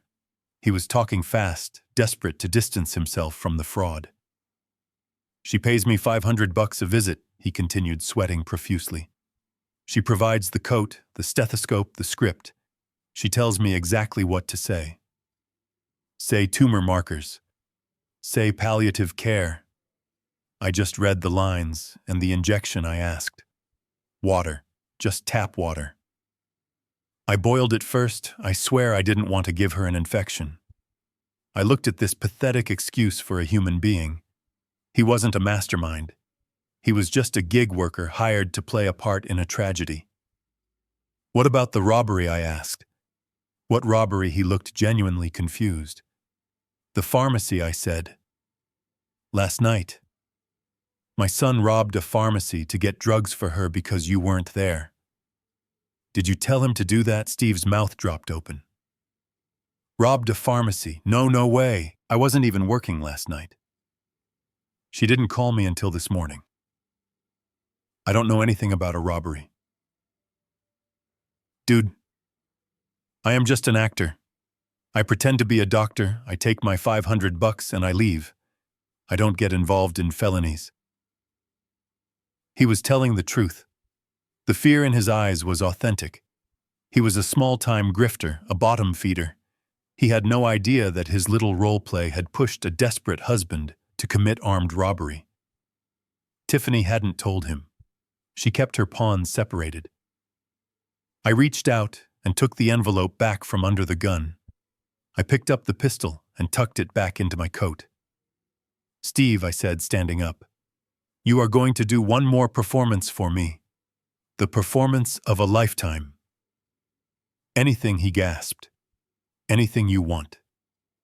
You are going to come back to the house with me tomorrow, I said. And you are going to tell my son exactly what you just told me. I can't. She will kill me. She knows people. I leaned down close to his ear. She knows people, Steve. I know the Chicago Police Department. I know the district attorney. And right now I am the only thing standing between you and an accessory to fraud charge. So you have a choice. You can deal with her, or you can deal with me. Steve swallowed hard. He looked at the gun in my waistband. He looked at the empty envelope in my hand. What time? He whispered. I checked my watch. Be ready at 9 a.m. and bring the coat. You are going to need it for the curtain call. I turned and walked out of the bar, leaving Dr. Roberts shivering in his undershirt. I had the confession. I had the fake doctor. Now all I needed was the final piece of the puzzle. I needed to know exactly who Jessica Barnes really was and why she needed a one-way ticket to the Cayman Islands. My phone buzzed in my pocket. It was Detective Kowalski. I answered it as I stepped into the snow. Jerry Kowalski said, his voice urgent. We got the file on the fingerprint. You were right. It is worse than we thought. You need to get back to the station. Now. I looked up at the night sky. The snow was falling harder, covering the grime of the city in a blanket of white. It was time to end this. I am on my way, I said. And Kowalski, a warrant ready. We are going to have a full house tomorrow. The snow was falling harder now, turning the streets of Chicago into a blurred canvas of white and gray. I sat in my car outside the precinct, the engine idling to keep the heater running, but the cold I felt had nothing to do with the weather. It was a deep, marrow, chilling freeze that settled in my bones whenever I knew I was about to look into the abyss. I had called Detective Kowalski immediately after leaving the bar. I told him I had something that didn't belong to me. A water glass. Specifically a crystal tumbler that Tiffany had used to swallow her fake pills earlier that afternoon. When Lucas wasn't looking, I had wrapped it in a handkerchief and slipped it into my coat pocket. At the time, I felt paranoid. Now, sitting here waiting for the lab tech to run the prints through the national database, I felt like I was the only sane person left in my family. I watched the precinct door counting the seconds. 1001. 1002. I thought about Lucas back at the house, probably holding her hand, apologizing for not having the money yet, unaware that he was sleeping next to a viper. The phone in my hand buzzed, startling me. It wasn't a text. It was a call from Kowalski. "Come inside, Jerry," he said. His voice was different, tighter. "You need to see this." I walked through the bullpen, ignoring the stares of the night shift officers. Kowalski was standing at his desk, staring at a computer monitor, as if it were a window into hell. He didn't look up when I approached. He just pointed at the screen. "We got a hit," he said. "And you were right. Her name is not Tiffany." I looked at the mugshot on the screen. It was younger, with less makeup and darker hair, but the eyes were the same. Cold, calculating, predatory. "Meet Jessica Barnes," Kowalski said, scrolling down the rap sheet. "And let me tell you, Jerry, your daughter-in-law is not just a scammer. She is a black widow." I leaned in, reading the text that scrolled past. It was a dossier of destruction that spanned 3 states and 10 years. "She started in Ohio," Kowalski explained, tapping the screen. 10 years ago. She was married to a man named Thomas Reed, a small business owner, a good guy by all accounts. 6 months into the marriage, Jessica developed a mysterious neurological condition. She needed treatments that insurance wouldn't cover. Thomas liquidated his business. He sold his parents' farm. He spent every dime he had trying to save her. And then I asked, dreading the answer. "And then when the money ran out, she miraculously went into remission," Kowalski said grimly. But Thomas was ruined. The shame was too much for him. He was found in his garage with the engine running. Suicide. Jessica played the grieving widow for about a month, collected a small life insurance policy that he had left, and then vanished. I felt a lump form in my throat. I thought of Lucas sobbing in the interrogation room, saying he wanted to die if he couldn't save her. She had done this before. This was her script. She resurfaced 2 years later in Florida, Kowalski continued. New name, new hair color. This time she married a banker named David Miller. Same story. A rare autoimmune disease. Expensive experimental treatments. But David didn't sell his assets. He embezzled. He stole $2 million from his client's accounts to pay for her doctors. "Where is he now?" I asked. "Serving 15 years in a federal penitentiary," Kowalski said. And get this. The day he was arrested, Jessica filed for annulment. She claimed she had no idea where the money came from. She played the victim. She walked away clean with a suitcase full of cash that the feds never recovered. "That is Lucas," I whispered. "She is doing the exact same thing to Lucas. She pushed him to rob that pharmacy. She is turning my son into a criminal so she can walk away with the loot." "It gets worse," Jerry, Kowalski said. He clicked to a third file, the most recent one. Texas, 3 years ago. A rancher named Samuel West. Older guy, wealthy. He married a sweet young woman named Veronica. "Guess who Jessica?" I said. "Samuel didn't commit a crime, and he didn't commit suicide," Kowalski said, his voice dropping to a whisper. "He just disappeared. One day he went out to check the fence line and never came back. No body, no weapon, just a missing person report filed by his loving wife who claimed he had been suffering from dementia. She inherited the estate. She sold it for cash 2 weeks later and left the state. The Texas Rangers are still looking for her. They want to talk to her about the dirt that was disturbed near the barn, but they never had enough evidence to dig." I stared at the screen, my hands gripping the edge of the desk until my knuckles turned white. Suicide. Prison. Missing presumed dead. This wasn't just fraud. This was a slaughter. She moved from man to man like a parasite, draining them of their money, their dignity, and finally, their lives. And now she was in my son's house. She was in his bed. She is escalating, I said, my voice trembling with rage. She used to take years. Now she is doing it in months. She is getting sloppy, or she is getting greedy. She is getting ready to run, Kowalski said. He picked up a piece of paper from his printer.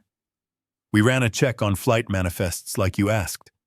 We flagged the name Jessica Barnes, but she is too smart for that. However, we flagged the passport number associated with her alias Tiffany, and she has a reservation on a private charter leaving for Grand Cayman tomorrow morning at 10 o'clock, Kowalski said. But it is not a round trip, and it is not for 2 people. I looked at him. Just one ticket, just one, Kowalski confirmed. She is leaving Lucas behind. She is going to take your $50,000 or whatever she can squeeze out of you tonight, and she is going to disappear. And Lucas, he will be left holding the bag for the robbery. He will go to prison just like the guy in Florida, and she will be sipping Mai Tais on a beach with a new name. I felt a cold sweat break out on my forehead. It was worse than I thought. She wasn't just planning to leave. She was planning to destroy him completely. If she left tomorrow, Lucas would take the fall for everything. He would be the desperate drug addict who robbed a store, and she would be the poor sick wife who knew nothing about it. We have to arrest her, I said. We have to go there right now. We can't, Kowalski said, shaking his head. Not yet. Being a bad wife isn't a crime. We need proof of the fraud. We need to catch her in the act of taking the money under false pretenses. If we go in now, she will lawyer up. She will claim the medical condition is real, and it will take months of subpoenas to prove she is lying. By then, she will be out on bail and gone. So what do we do, I asked. You have to finish the play, Jerry, Kowalski said, looking me dead in the eye. You have to make the transaction. You have to hand her the money. Once she takes it, once she confirms that the money is for a medical procedure that she knows she doesn't need, that is theft by deception. That is fraud. And combined with the pills you tested and the testimony from the fake doctor, we can nail her. But she has to take the bait. I looked at the clock on the wall. It was nearly midnight. The flight was in 10 hours. The clock was ticking. She is desperate, I said. She is pushing for the money tonight because she knows she is leaving tomorrow. That is why she hired the actor. That is why she is ramping up the pain. She is trying to cash out. Then go give her what she wants, Kowalski said. Give her the money, and we will be right behind you. I nodded, grabbing my coat. I felt a strange sense of calm settle over me. It was the calm of a soldier before the battle. I knew who she was now. She wasn't a ghost. She wasn't a tragedy. She was a criminal named Jessica, and she had made the mistake of picking a fight with the wrong family. I am going back, I said. Get your team ready. When I open that briefcase, I want you to kick the door down. I will be listening on the wire, Kowalski promised. Don't let her spook you, Jerry. She is dangerous. I know, I said, touching the pocket where I kept the picture of Lucas as a boy. But so am I. I walked out of the station and back into the snow. The city felt darker now, the shadows longer. I drove toward the house where my son was sleeping next to a black widow, and for the first time in my life, I wasn't driving to save him from the world. I was driving to save him from the person he loved most. The endgame had begun. The moment I stepped back inside my son's house, the atmosphere had shifted from a funeral wake to a frantic evacuation. The silence of the sick room was gone, replaced by the sound of zippers tearing open and closet doors banging against walls. Lucas was running back and forth from the bedroom to the living room, his arms full of clothes, throwing them haphazardly into open suitcases scattered across the floor. He looked like a man whose house was on fire, and in a way it was. He didn't even look at me when I entered. He was muttering to himself, a stream of consciousness fueled by panic and adrenaline. Passport, charger, meds, warm coat. Where is her warm coat? I stood in the hallway, watching the chaos. It was the frantic energy of a getaway. Tiffany wasn't planning on just leaving for a treatment. She was scrubbing the scene. She was erasing herself from this house before the walls closed in. I walked into the bedroom. Tiffany was sitting on the edge of the bed. For a woman who was supposedly too weak to move an hour ago, she was remarkably upright. She was barking orders at Lucas, pointing at the dresser, pointing at the bathroom. When she saw me, her face shifted instantly. The commander vanished and the martyr returned. She slumped slightly, putting a hand to her forehead. "Jerry," she gasped. "Thank God you are back. Everything has changed." I kept my face neutral. I kept my hands in my pockets, gripping the keys to my car. "What happened?" I asked. "Where is Dr. Roberts?" "He just left," she said, breathless. "He got a call from a colleague in Zurich. There is a spot open at the clinic, a cancellation. But we have to be there by tomorrow afternoon. If we miss this window, I miss the treatment. And Dr. Roberts says, he says I won't last another week without it." "Switzerland," I repeated. The lie was getting bigger. First it was a local surgery, now it was an international flight. She was improvising, using the pressure of time to crush any questions I might have. "There is a medical transport jet waiting at O'Hare," Lucas shouted from the closet, emerging with a handful of winter scarves. "It leaves at 4 a.m. We have to go now." I looked at Tiffany. A private medical jet to Switzerland would cost a fortune. It was the perfect excuse to drain a bank account dry. "How much?" I asked. I didn't beat around the bush. I went straight to the only thing that mattered to her. She looked down at her hands, feigning shame. "It is expensive, Jerry. The flight alone is $80,000. The clinic requires a deposit of another $120,000 before they will even let me in the door." $200,000, I said. My voice was flat. I know, she sobbed, a single tear rolling down her cheek.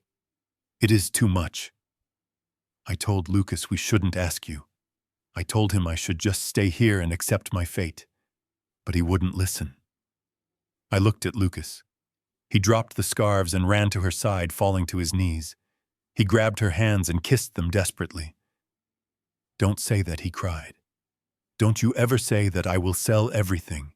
I will work for the rest of my life. I don't care if we live in a cardboard box, as long as you are alive." He turned to me, his eyes wild and pleading. "Dad, please. I know it is a lot. I know I have messed up, but this is her life. You have the money. I know you do. You said you sold the stocks. Please, I am begging you. I will sign whatever you want. I will give you the deed to this house. Just save her." It was the most painful thing I have ever watched. My son was offering to sell his soul to the devil, and he was thanking her for the receipt. He was willing to bankrupt himself, to go to prison, to lose his inheritance, all for a woman who was looking at him, not with love, but with the cold calculation of a butcher eyeing a side of beef. She didn't love him. She didn't even like him. He was just a credit card with a heartbeat. I took a deep breath. I had to sell this. I had to make her believe that I was just another foolish old man falling for her trap. $200,000, I said, rubbing my chin. That is a lot of money to move around in the middle of the night. "I can't take a check," Tiffany said quickly. Her eyes were sharp now. "International banks, the clearing times are too long. They need a wire transfer confirmation or cash. They prefer cash for the pilot." Of course they do, I thought. Cash is untraceable. Cash fits in a carry-on bag. Cash buys a new life in the Cayman Islands. "I can't wire it," I said, shaking my head. "The banks are closed. My online limit is only $10,000 a day." Tiffany's face fell. The panic that flashed in her eyes was real this time. If she couldn't get the money tonight, her plan was ruined. She looked at the clock. "Then what do we do?" she demanded, her voice rising. "We can't wait until the banks open. The plane leaves in 4 hours. Lucas looked like he was about to vomit. He grabbed his hair, pulling at it. We are going to miss it. Oh God, we are going to miss it. I waited a beat. I let the silence stretch, letting their desperation peak. I didn't say I couldn't pay, I said slowly. I said I couldn't wire it. They both froze. Tiffany looked at me, her breath caught in her throat. I realized this afternoon that the situation was critical. I lied. I called my broker before he closed. I had him liquidate my entire portfolio. But I didn't put it in the bank. I don't trust banks with that kind of liquidity during a crisis. So where is it? Tiffany asked. She actually leaned forward, forgetting her pain entirely. It is in my safe, I said. At my house. $250,000 in $100 bills. It is my life savings, Lucas. Everything I have worked for since your mother died. Lucas started crying again, tears of relief streaming down his face. Dad, you did that for us. I looked at him, and for a moment I almost couldn't go through with it. I almost told him the truth right there. But I saw Tiffany. I saw the greed that lit up her face like a neon sign. She wasn't looking at Lucas. She was looking at me, imagining the stacks of green paper. We have to go get it, Tiffany said. She threw the covers off. She swung her legs out of bed. Can you move? I asked, feigning concern. Is it safe I have to? She said, gritting her teeth. For the baby. I mean for Lucas. I have to be strong. She stood up. She swayed a little just for effect, and Lucas rushed to support her. But I saw the strength in her legs. I saw the energy of a predator who smells blood. Go start the car, Lucas, she ordered. I will just grab my bag. Lucas ran out of the room. Tiffany grabbed the orange Hermes bag from the chair. She clutched it tight. Thank you, Jerry, she said, giving me a smile that didn't reach her eyes. You are a good man. I am a careful man, I corrected her. I turned and walked out to my car. My heart was pounding against my ribs like a sledgehammer. The trap was set. The bait was taken. Now I just had to get them to my house before she realized that the only thing waiting for her in my safe was a pair of handcuffs. I got into the driver's seat and texted Kowalski one word. Coming. I watched in the rearview mirror as Lucas helped Tiffany into their car. She didn't look like a dying woman anymore. She looked like a woman who had just won the lottery. But as I put the car in gear and pulled out onto the snowy street, I knew that her luck had just run out. The drive to my house would take 20 minutes. 20 minutes to end the charade. 20 minutes to break my son's heart to save his life. I gripped the wheel and drove into the darkness, leading the wolf right to the door. The drive to my house was a silent blur of tension and greed. I drove with the steady hands of a man who knows the destination, while in the rearview mirror I watched a miracle unfold. Tiffany, the woman who had been at death's door less than an hour ago, was sitting upright in the back seat. She was checking her phone constantly, her thumbs flying across the screen, likely confirming the flight or checking offshore account balances. The groans of pain had ceased. The theatrical gasping was gone. It was amazing what the promise of $250,000 could do for the human constitution. It was the most effective medicine in the world, far potent than any chemotherapy. When we pulled into my driveway, the house stood dark and imposing against the snowy backdrop. It looked like a fortress, and tonight it would serve as one. I unlocked the front door and disarmed the security system, the beep echoing loudly in the foyer. Come on, Lucas urged, practically pushing me inside. We are running out of time, Dad. The pilot said he needs wheels up in 3 hours. I know, I said, hanging up my coat slowly. I am moving as fast as an old man can. We walked into my study. It is a room lined with mahogany bookshelves and filled with the scent of old paper and pipe tobacco. It was my sanctuary. In the corner behind a heavy oak desk sat the large steel floor safe. It was an antique, heavy and impenetrable, the kind they don't make anymore. Tiffany walked into the room and stopped in the center of the rug. Her eyes went straight to the safe. She didn't look at the family photos on the wall. She didn't look at the books. She looked at the steel door like a starving wolf looks at a lamb. She was vibrating with energy. She wasn't holding her stomach anymore. She wasn't leaning on Lucas. She was standing on her own 2 feet, ready to grab the prize and run. "Open it," she said. Her voice was sharp. It wasn't a request. I walked behind the desk and knelt in front of the safe. I spun the dial. Left to 32, right to 10, left to 15. The tumblers clicked into place with a heavy mechanical thud that sounded like a gunshot in the quiet room. I grabbed the handle and heaved the heavy door open. Inside, sitting on the metal shelf, was a black leather briefcase. It was scuffed and worn, a relic from my days in the field. But tonight, it looked like a treasure chest. I pulled it out and set it on the desk. It landed with a satisfyingly heavy thud. Tiffany took a step forward, her hand reaching out involuntarily. "Is it all there?" she asked, her eyes wide. $250,000, I lied, patting the leather lid. "In non-sequential bills." "Just like you asked." "Thank you, Jerry," she breathed, reaching for the handle. "We have to go." Lucas grabbed the bag. "Wait," I said. My hand clamped down on the briefcase, holding it firm against the desk. Tiffany froze. Her hand was inches from mine. She looked up, and for the first time I saw a flash of pure irritation break through her mask. "What is it?" she snapped. "We don't have time for a speech, Jerry. I am dying. Remember, I know I said keeping my voice calm, and that is exactly why I need to do this. I need to be sure." Sure of what? Lucas asked, stepping up beside her. "Dad, you know she is sick."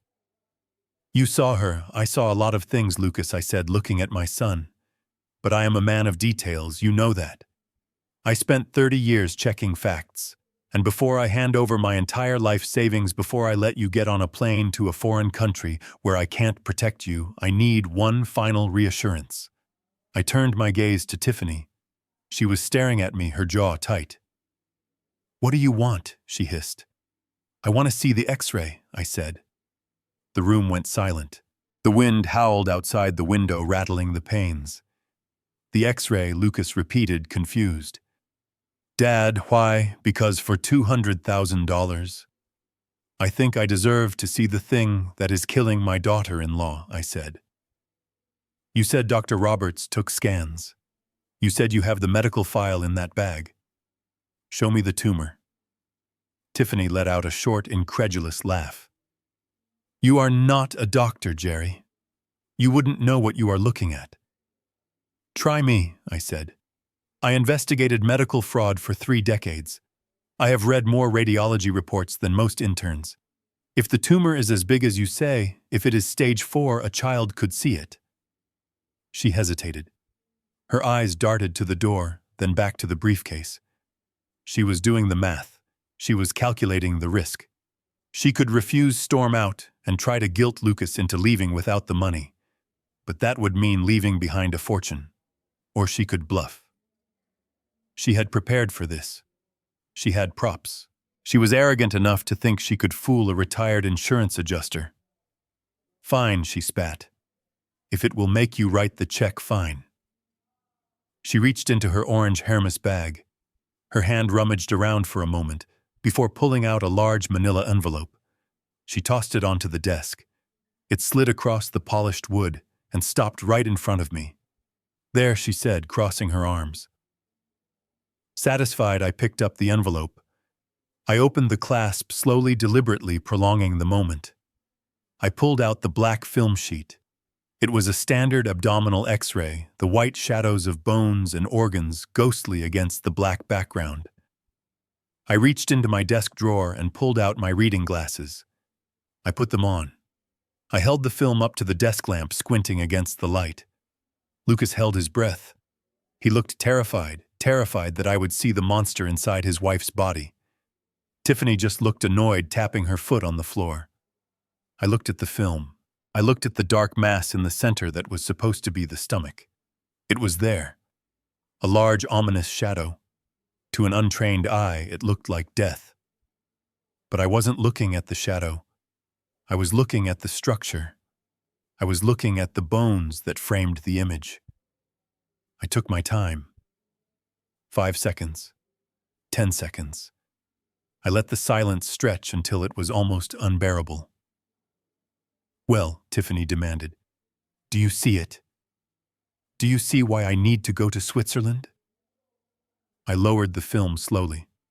I took off my glasses and folded them, placing them on the desk next to the briefcase.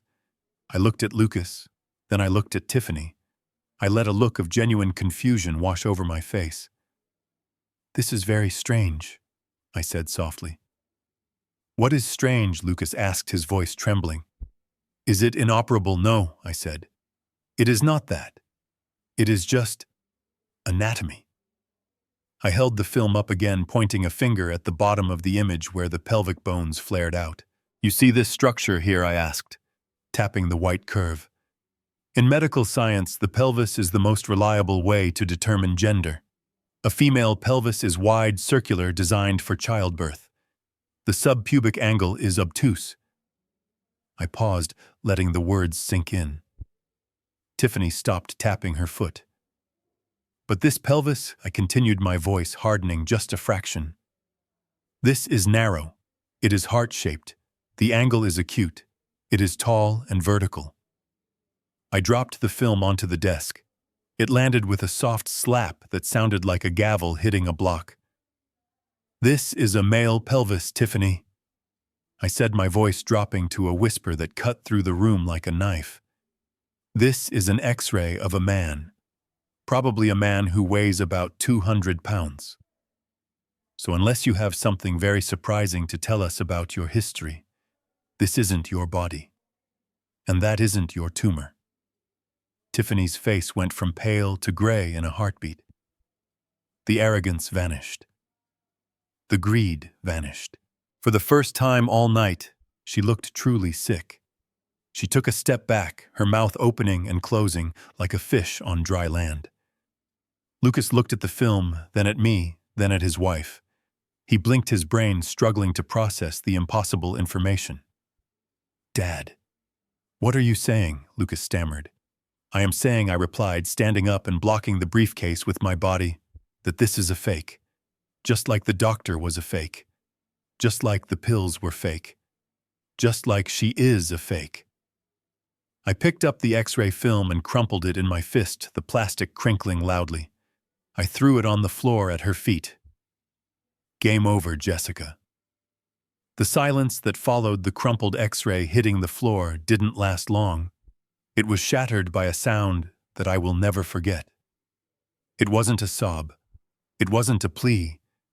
It was a guttural, animalistic growl that erupted from the woman standing in the center of my study. Tiffany, or Jessica, or whatever name she was using to hide her dark soul, stopped pretending. The transformation was terrifyingly instant.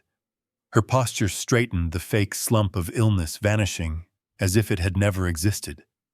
Her face, which had been contorted in practiced agony for weeks, smoothed out into a mask of pure, unadulterated rage. She looked at the X-ray at her feet. Then she looked at me, and her eyes were burning with a hatred so intense it almost felt physical. "You senile old fool," she spat, her voice dripping with venom. "You think you know everything. You think you can trap me in your little house with your little riddles." She didn't wait for a response. She lunged. It was a desperate, violent movement. She threw herself across the desk, her manicured claws raking across the mahogany, aiming straight for the leather briefcase. She didn't care about the lie anymore. She didn't care about Lucas standing there, with his mouth open in shock. She just wanted the money. She screamed a high-pitched shriek of entitlement, grabbing the handle of the case and pulling with all her strength. "Give it to me," she yelled. "It is mine. I earned it. I put up with your pathetic son for 2 years. I earned every penny I didn't let go." I held the case firm, leaning my weight against the desk. I looked her right in the eye, watching the greed consume her. "You want it?" I asked calmly over the sound of her screaming. "You want the payout?" Here it is. I clicked the latches. The sound was loud in the small room. Snap, snap. Tiffany froze her hands, still gripping the leather. She stared at the lid, expecting to see stacks of $100 bills. She was already spending it in her head. She was already on the beach in Grand Cayman. I threw the lid open. There was no green paper inside. There were no bundles of cash. The velvet interior was empty save for two things. In the center lay a single sheet of paper with the seal of the Chicago Police Department. And next to it, a small digital voice recorder, its red light blinking steadily, a rhythmic pulse that signaled the end of her game. "What is this?" she whispered, the blood draining from her face. "It is a recording," I said, my voice steady. "It has been running since I picked you up. It recorded you asking for $200,000 for a surgery you don't need. It recorded you confirming the fake X-ray. It recorded everything. And that paper, that is an arrest warrant for Jessica Barnes." Tiffany stared at the recorder, horror dawning in her eyes. She let go of the case as if it were red-hot iron. She stumbled back, knocking over a chair. "Lucas," she gasped, turning to my son. "Lucas, do something. He is crazy. He is setting me up." But before Lucas could even move, before he could process the betrayal happening right in front of him, the room was flooded with light and noise. "Police, show me your hands." The back door to the study, which led to the garden, burst open with a crash. Detective Kowalski and 3 uniformed officers stormed in, weapons drawn, their voices booming in the confined space. They had been listening to everything from the kitchen. They had been waiting for the signal. Tiffany screamed, backing into the corner, trapped between the bookshelves and the desk. "No, you can't do this. I am sick. I am a dying woman." Kowalski didn't hesitate. He holstered his weapon and pulled out a pair of handcuffs. He marched toward her with the grim determination of a man who had read her file and knew exactly what she was capable of. "Jessica Barnes, you are under arrest for fraud, grand larceny, and identity theft," Kowalski announced, grabbing her wrist. "I am not Jessica," she shrieked, struggling against his grip. "My name is Tiffany Hawkins. I have cancer. Get your hands off me, Lucas. Help me." Lucas finally snapped out of his trance. He saw his wife being manhandled by the police. He saw the woman he loved screaming for help. His instinct, the instinct of a protector that she had exploited so well, kicked in. "Stop!" Lucas yelled, throwing himself between Kowalski and Tiffany. "Leave her alone. She is fragile. You are hurting her." "Lucas, don't," I warned, stepping around the desk. But he wasn't listening. He was hysterical. He was grabbing at the officers, trying to pull them away. "She didn't do anything," Lucas cried, tears streaming down his face. "My dad is lying. She is sick. Look at her. Bring him in." Kowalski barked to the officer at the door. The officer stepped aside and a man walked in. He was wearing an oversized windbreaker and handcuffs. His head was hung low, his posture defeated. It was Steve Miller, the fake Dr. Roberts. Lucas froze.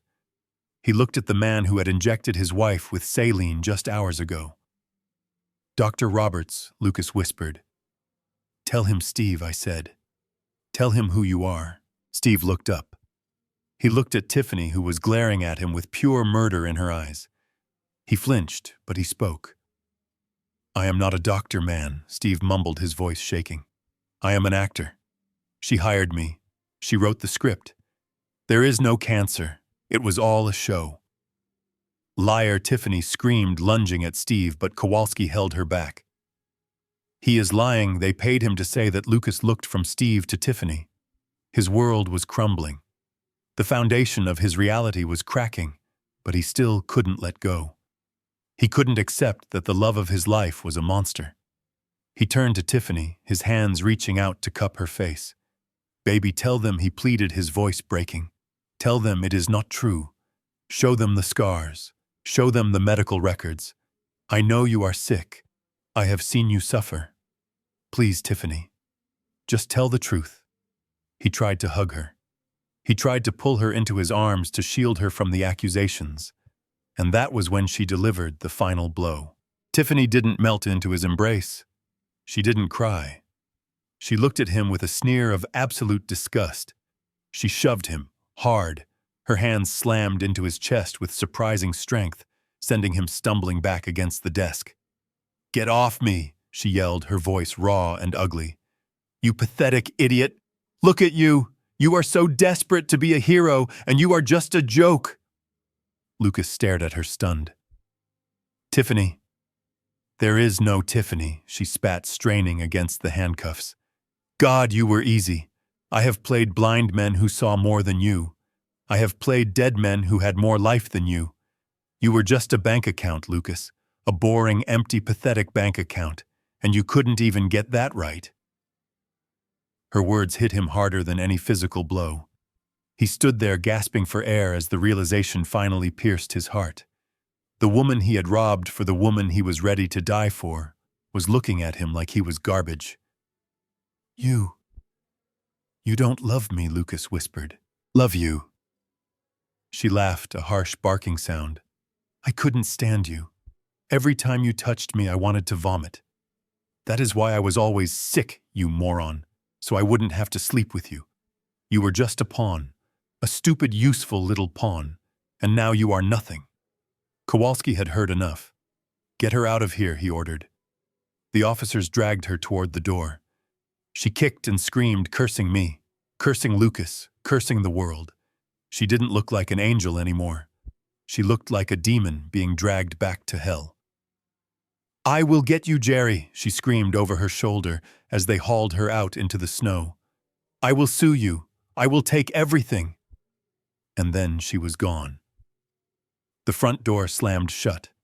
The flashing blue lights from the cruisers outside danced across the walls of the study, illuminating the wreckage of my family.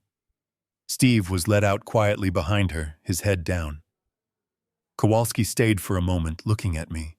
He nodded once, a silent acknowledgement of a job finished, and then he left too.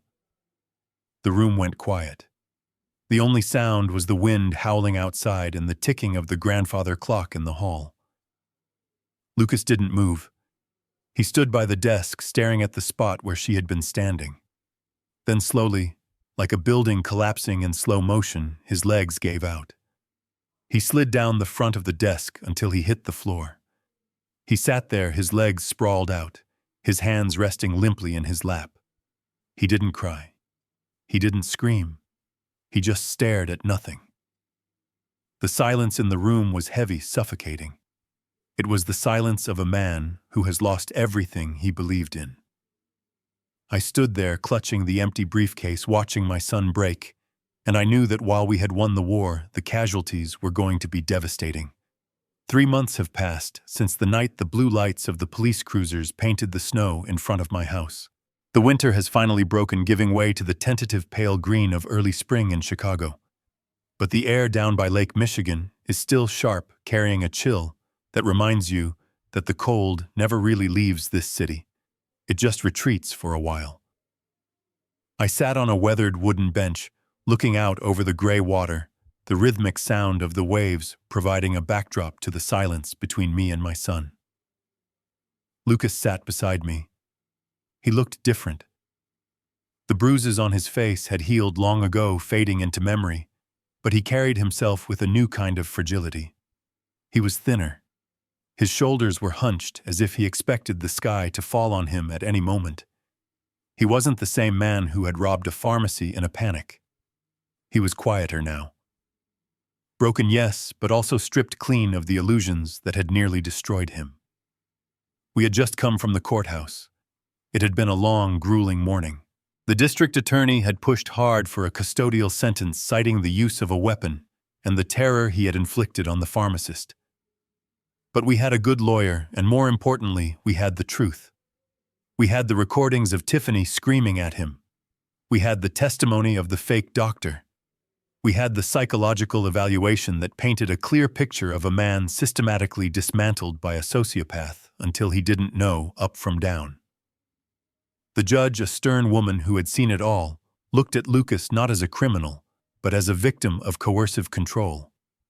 She gave him 3 years of probation and 500 hours of community service. He was a convicted felon technically, but he was a free man. Lucas picked up a stone and tossed it into the churning water. It disappeared without a splash.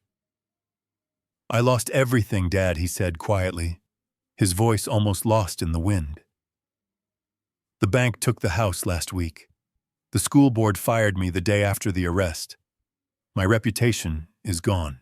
And my wife, the woman I thought I knew, she is gone too." He turned to look at me and his eyes were empty. "I am 40 years old, and I am sleeping in my father's guest room. I have nothing. I am nothing." I shifted on the bench, pulling my coat tighter. I looked at him, really looked at him. I saw the pain, but I also saw something else. I saw clarity. For 2 years, he had been living in a fog of lies, dancing to a tune played by a woman who despised him. Now the music had stopped. "You are wrong," I said firmly. "You didn't lose everything. You lost the things that were killing you." Lucas shook his head, a bitter smile touching his lips. "That house was my dream. That marriage was my life. That house was a stage," I corrected him. "And that marriage was a con. You were in love with a ghost, Lucas. You were in love with a character played by a woman named Jessica Barnes. You didn't lose a wife. You survived a predator. Most men don't survive her. Remember Thomas Reed in Ohio? He didn't make it to 40. Remember the man in Texas? He is still missing. You are sitting here breathing the air, watching the waves. That is not nothing. That is a miracle." Lucas looked down at his hands. "I feel so stupid," he whispered. "How could I not see it? How could I let her manipulate me like that? Because you have a good heart," I said, placing a hand on his shoulder. "And predators like her feast on good hearts.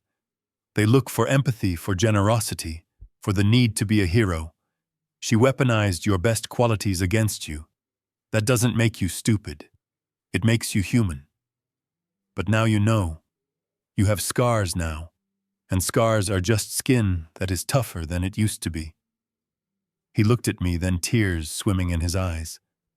The gratitude I saw there was real this time. It wasn't the desperate, frantic gratitude of the night of the robbery. It was deep and quiet. "Thank you, Dad," he choked out, "for saying no, for not giving me the money, for catching her. You saved my life." I squeezed his shoulder. "I would do it again," I said, 1,000 times. We sat there for a long time, watching the sun begin to dip below the horizon, painting the sky in shades of purple and bruised orange.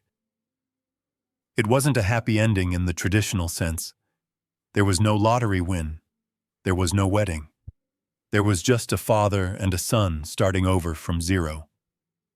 But as I looked at Lucas, I knew he was going to be okay. He would rebuild. He would find a job. Maybe one day he would even find love again, real love, the kind that doesn't ask for a ransom. As I walked back to the car, leaving Lucas to have a moment alone with his thoughts, I thought about all the people out there who might be in his shoes. People who are giving everything they have to someone who takes without mercy. People who are ignoring the little voice in their gut that says something is wrong. Family is supposed to be our safe harbor. It is supposed to be the place where we are loved for who we are, not for what we can provide. But sometimes the people we share blood with, or the people we share a bed with, are the ones holding the knife. We are taught that love means sacrifice. We are taught that saying no is selfish. But I am here to tell you that sometimes saying no is the ultimate act of love. It is the wall you build to protect yourself and the people you care about from destruction. Don't let your desire to be a good person blind you to the reality of bad behavior. Trust your gut. If the story doesn't add up, if the emergencies never end, if the demands for money never stop, take a step back. Look at the X-ray. Check the facts. Because the truth might hurt, but a lie can kill you. I want to hear from you. Have you ever felt used by someone you loved? Have you ever had to make the hard choice to cut someone off to save yourself? Tell me your story in the comments below. Let's support each other, because no one should have to walk through that darkness alone. Here is the biggest lesson I learned from this nightmare. Trust is not a renewable resource. It must be earned, verified, and protected. When someone demands your blind trust while refusing to give you transparency that is not a relationship, that is a robbery in progress. My son thought he was being a hero by blindly believing his wife, but true heroism requires the courage to ask the hard questions. We often think that love means never having to verify the truth, but in reality, truth is the only foundation upon which real love can stand. Without it, you are just building a castle on a sinkhole.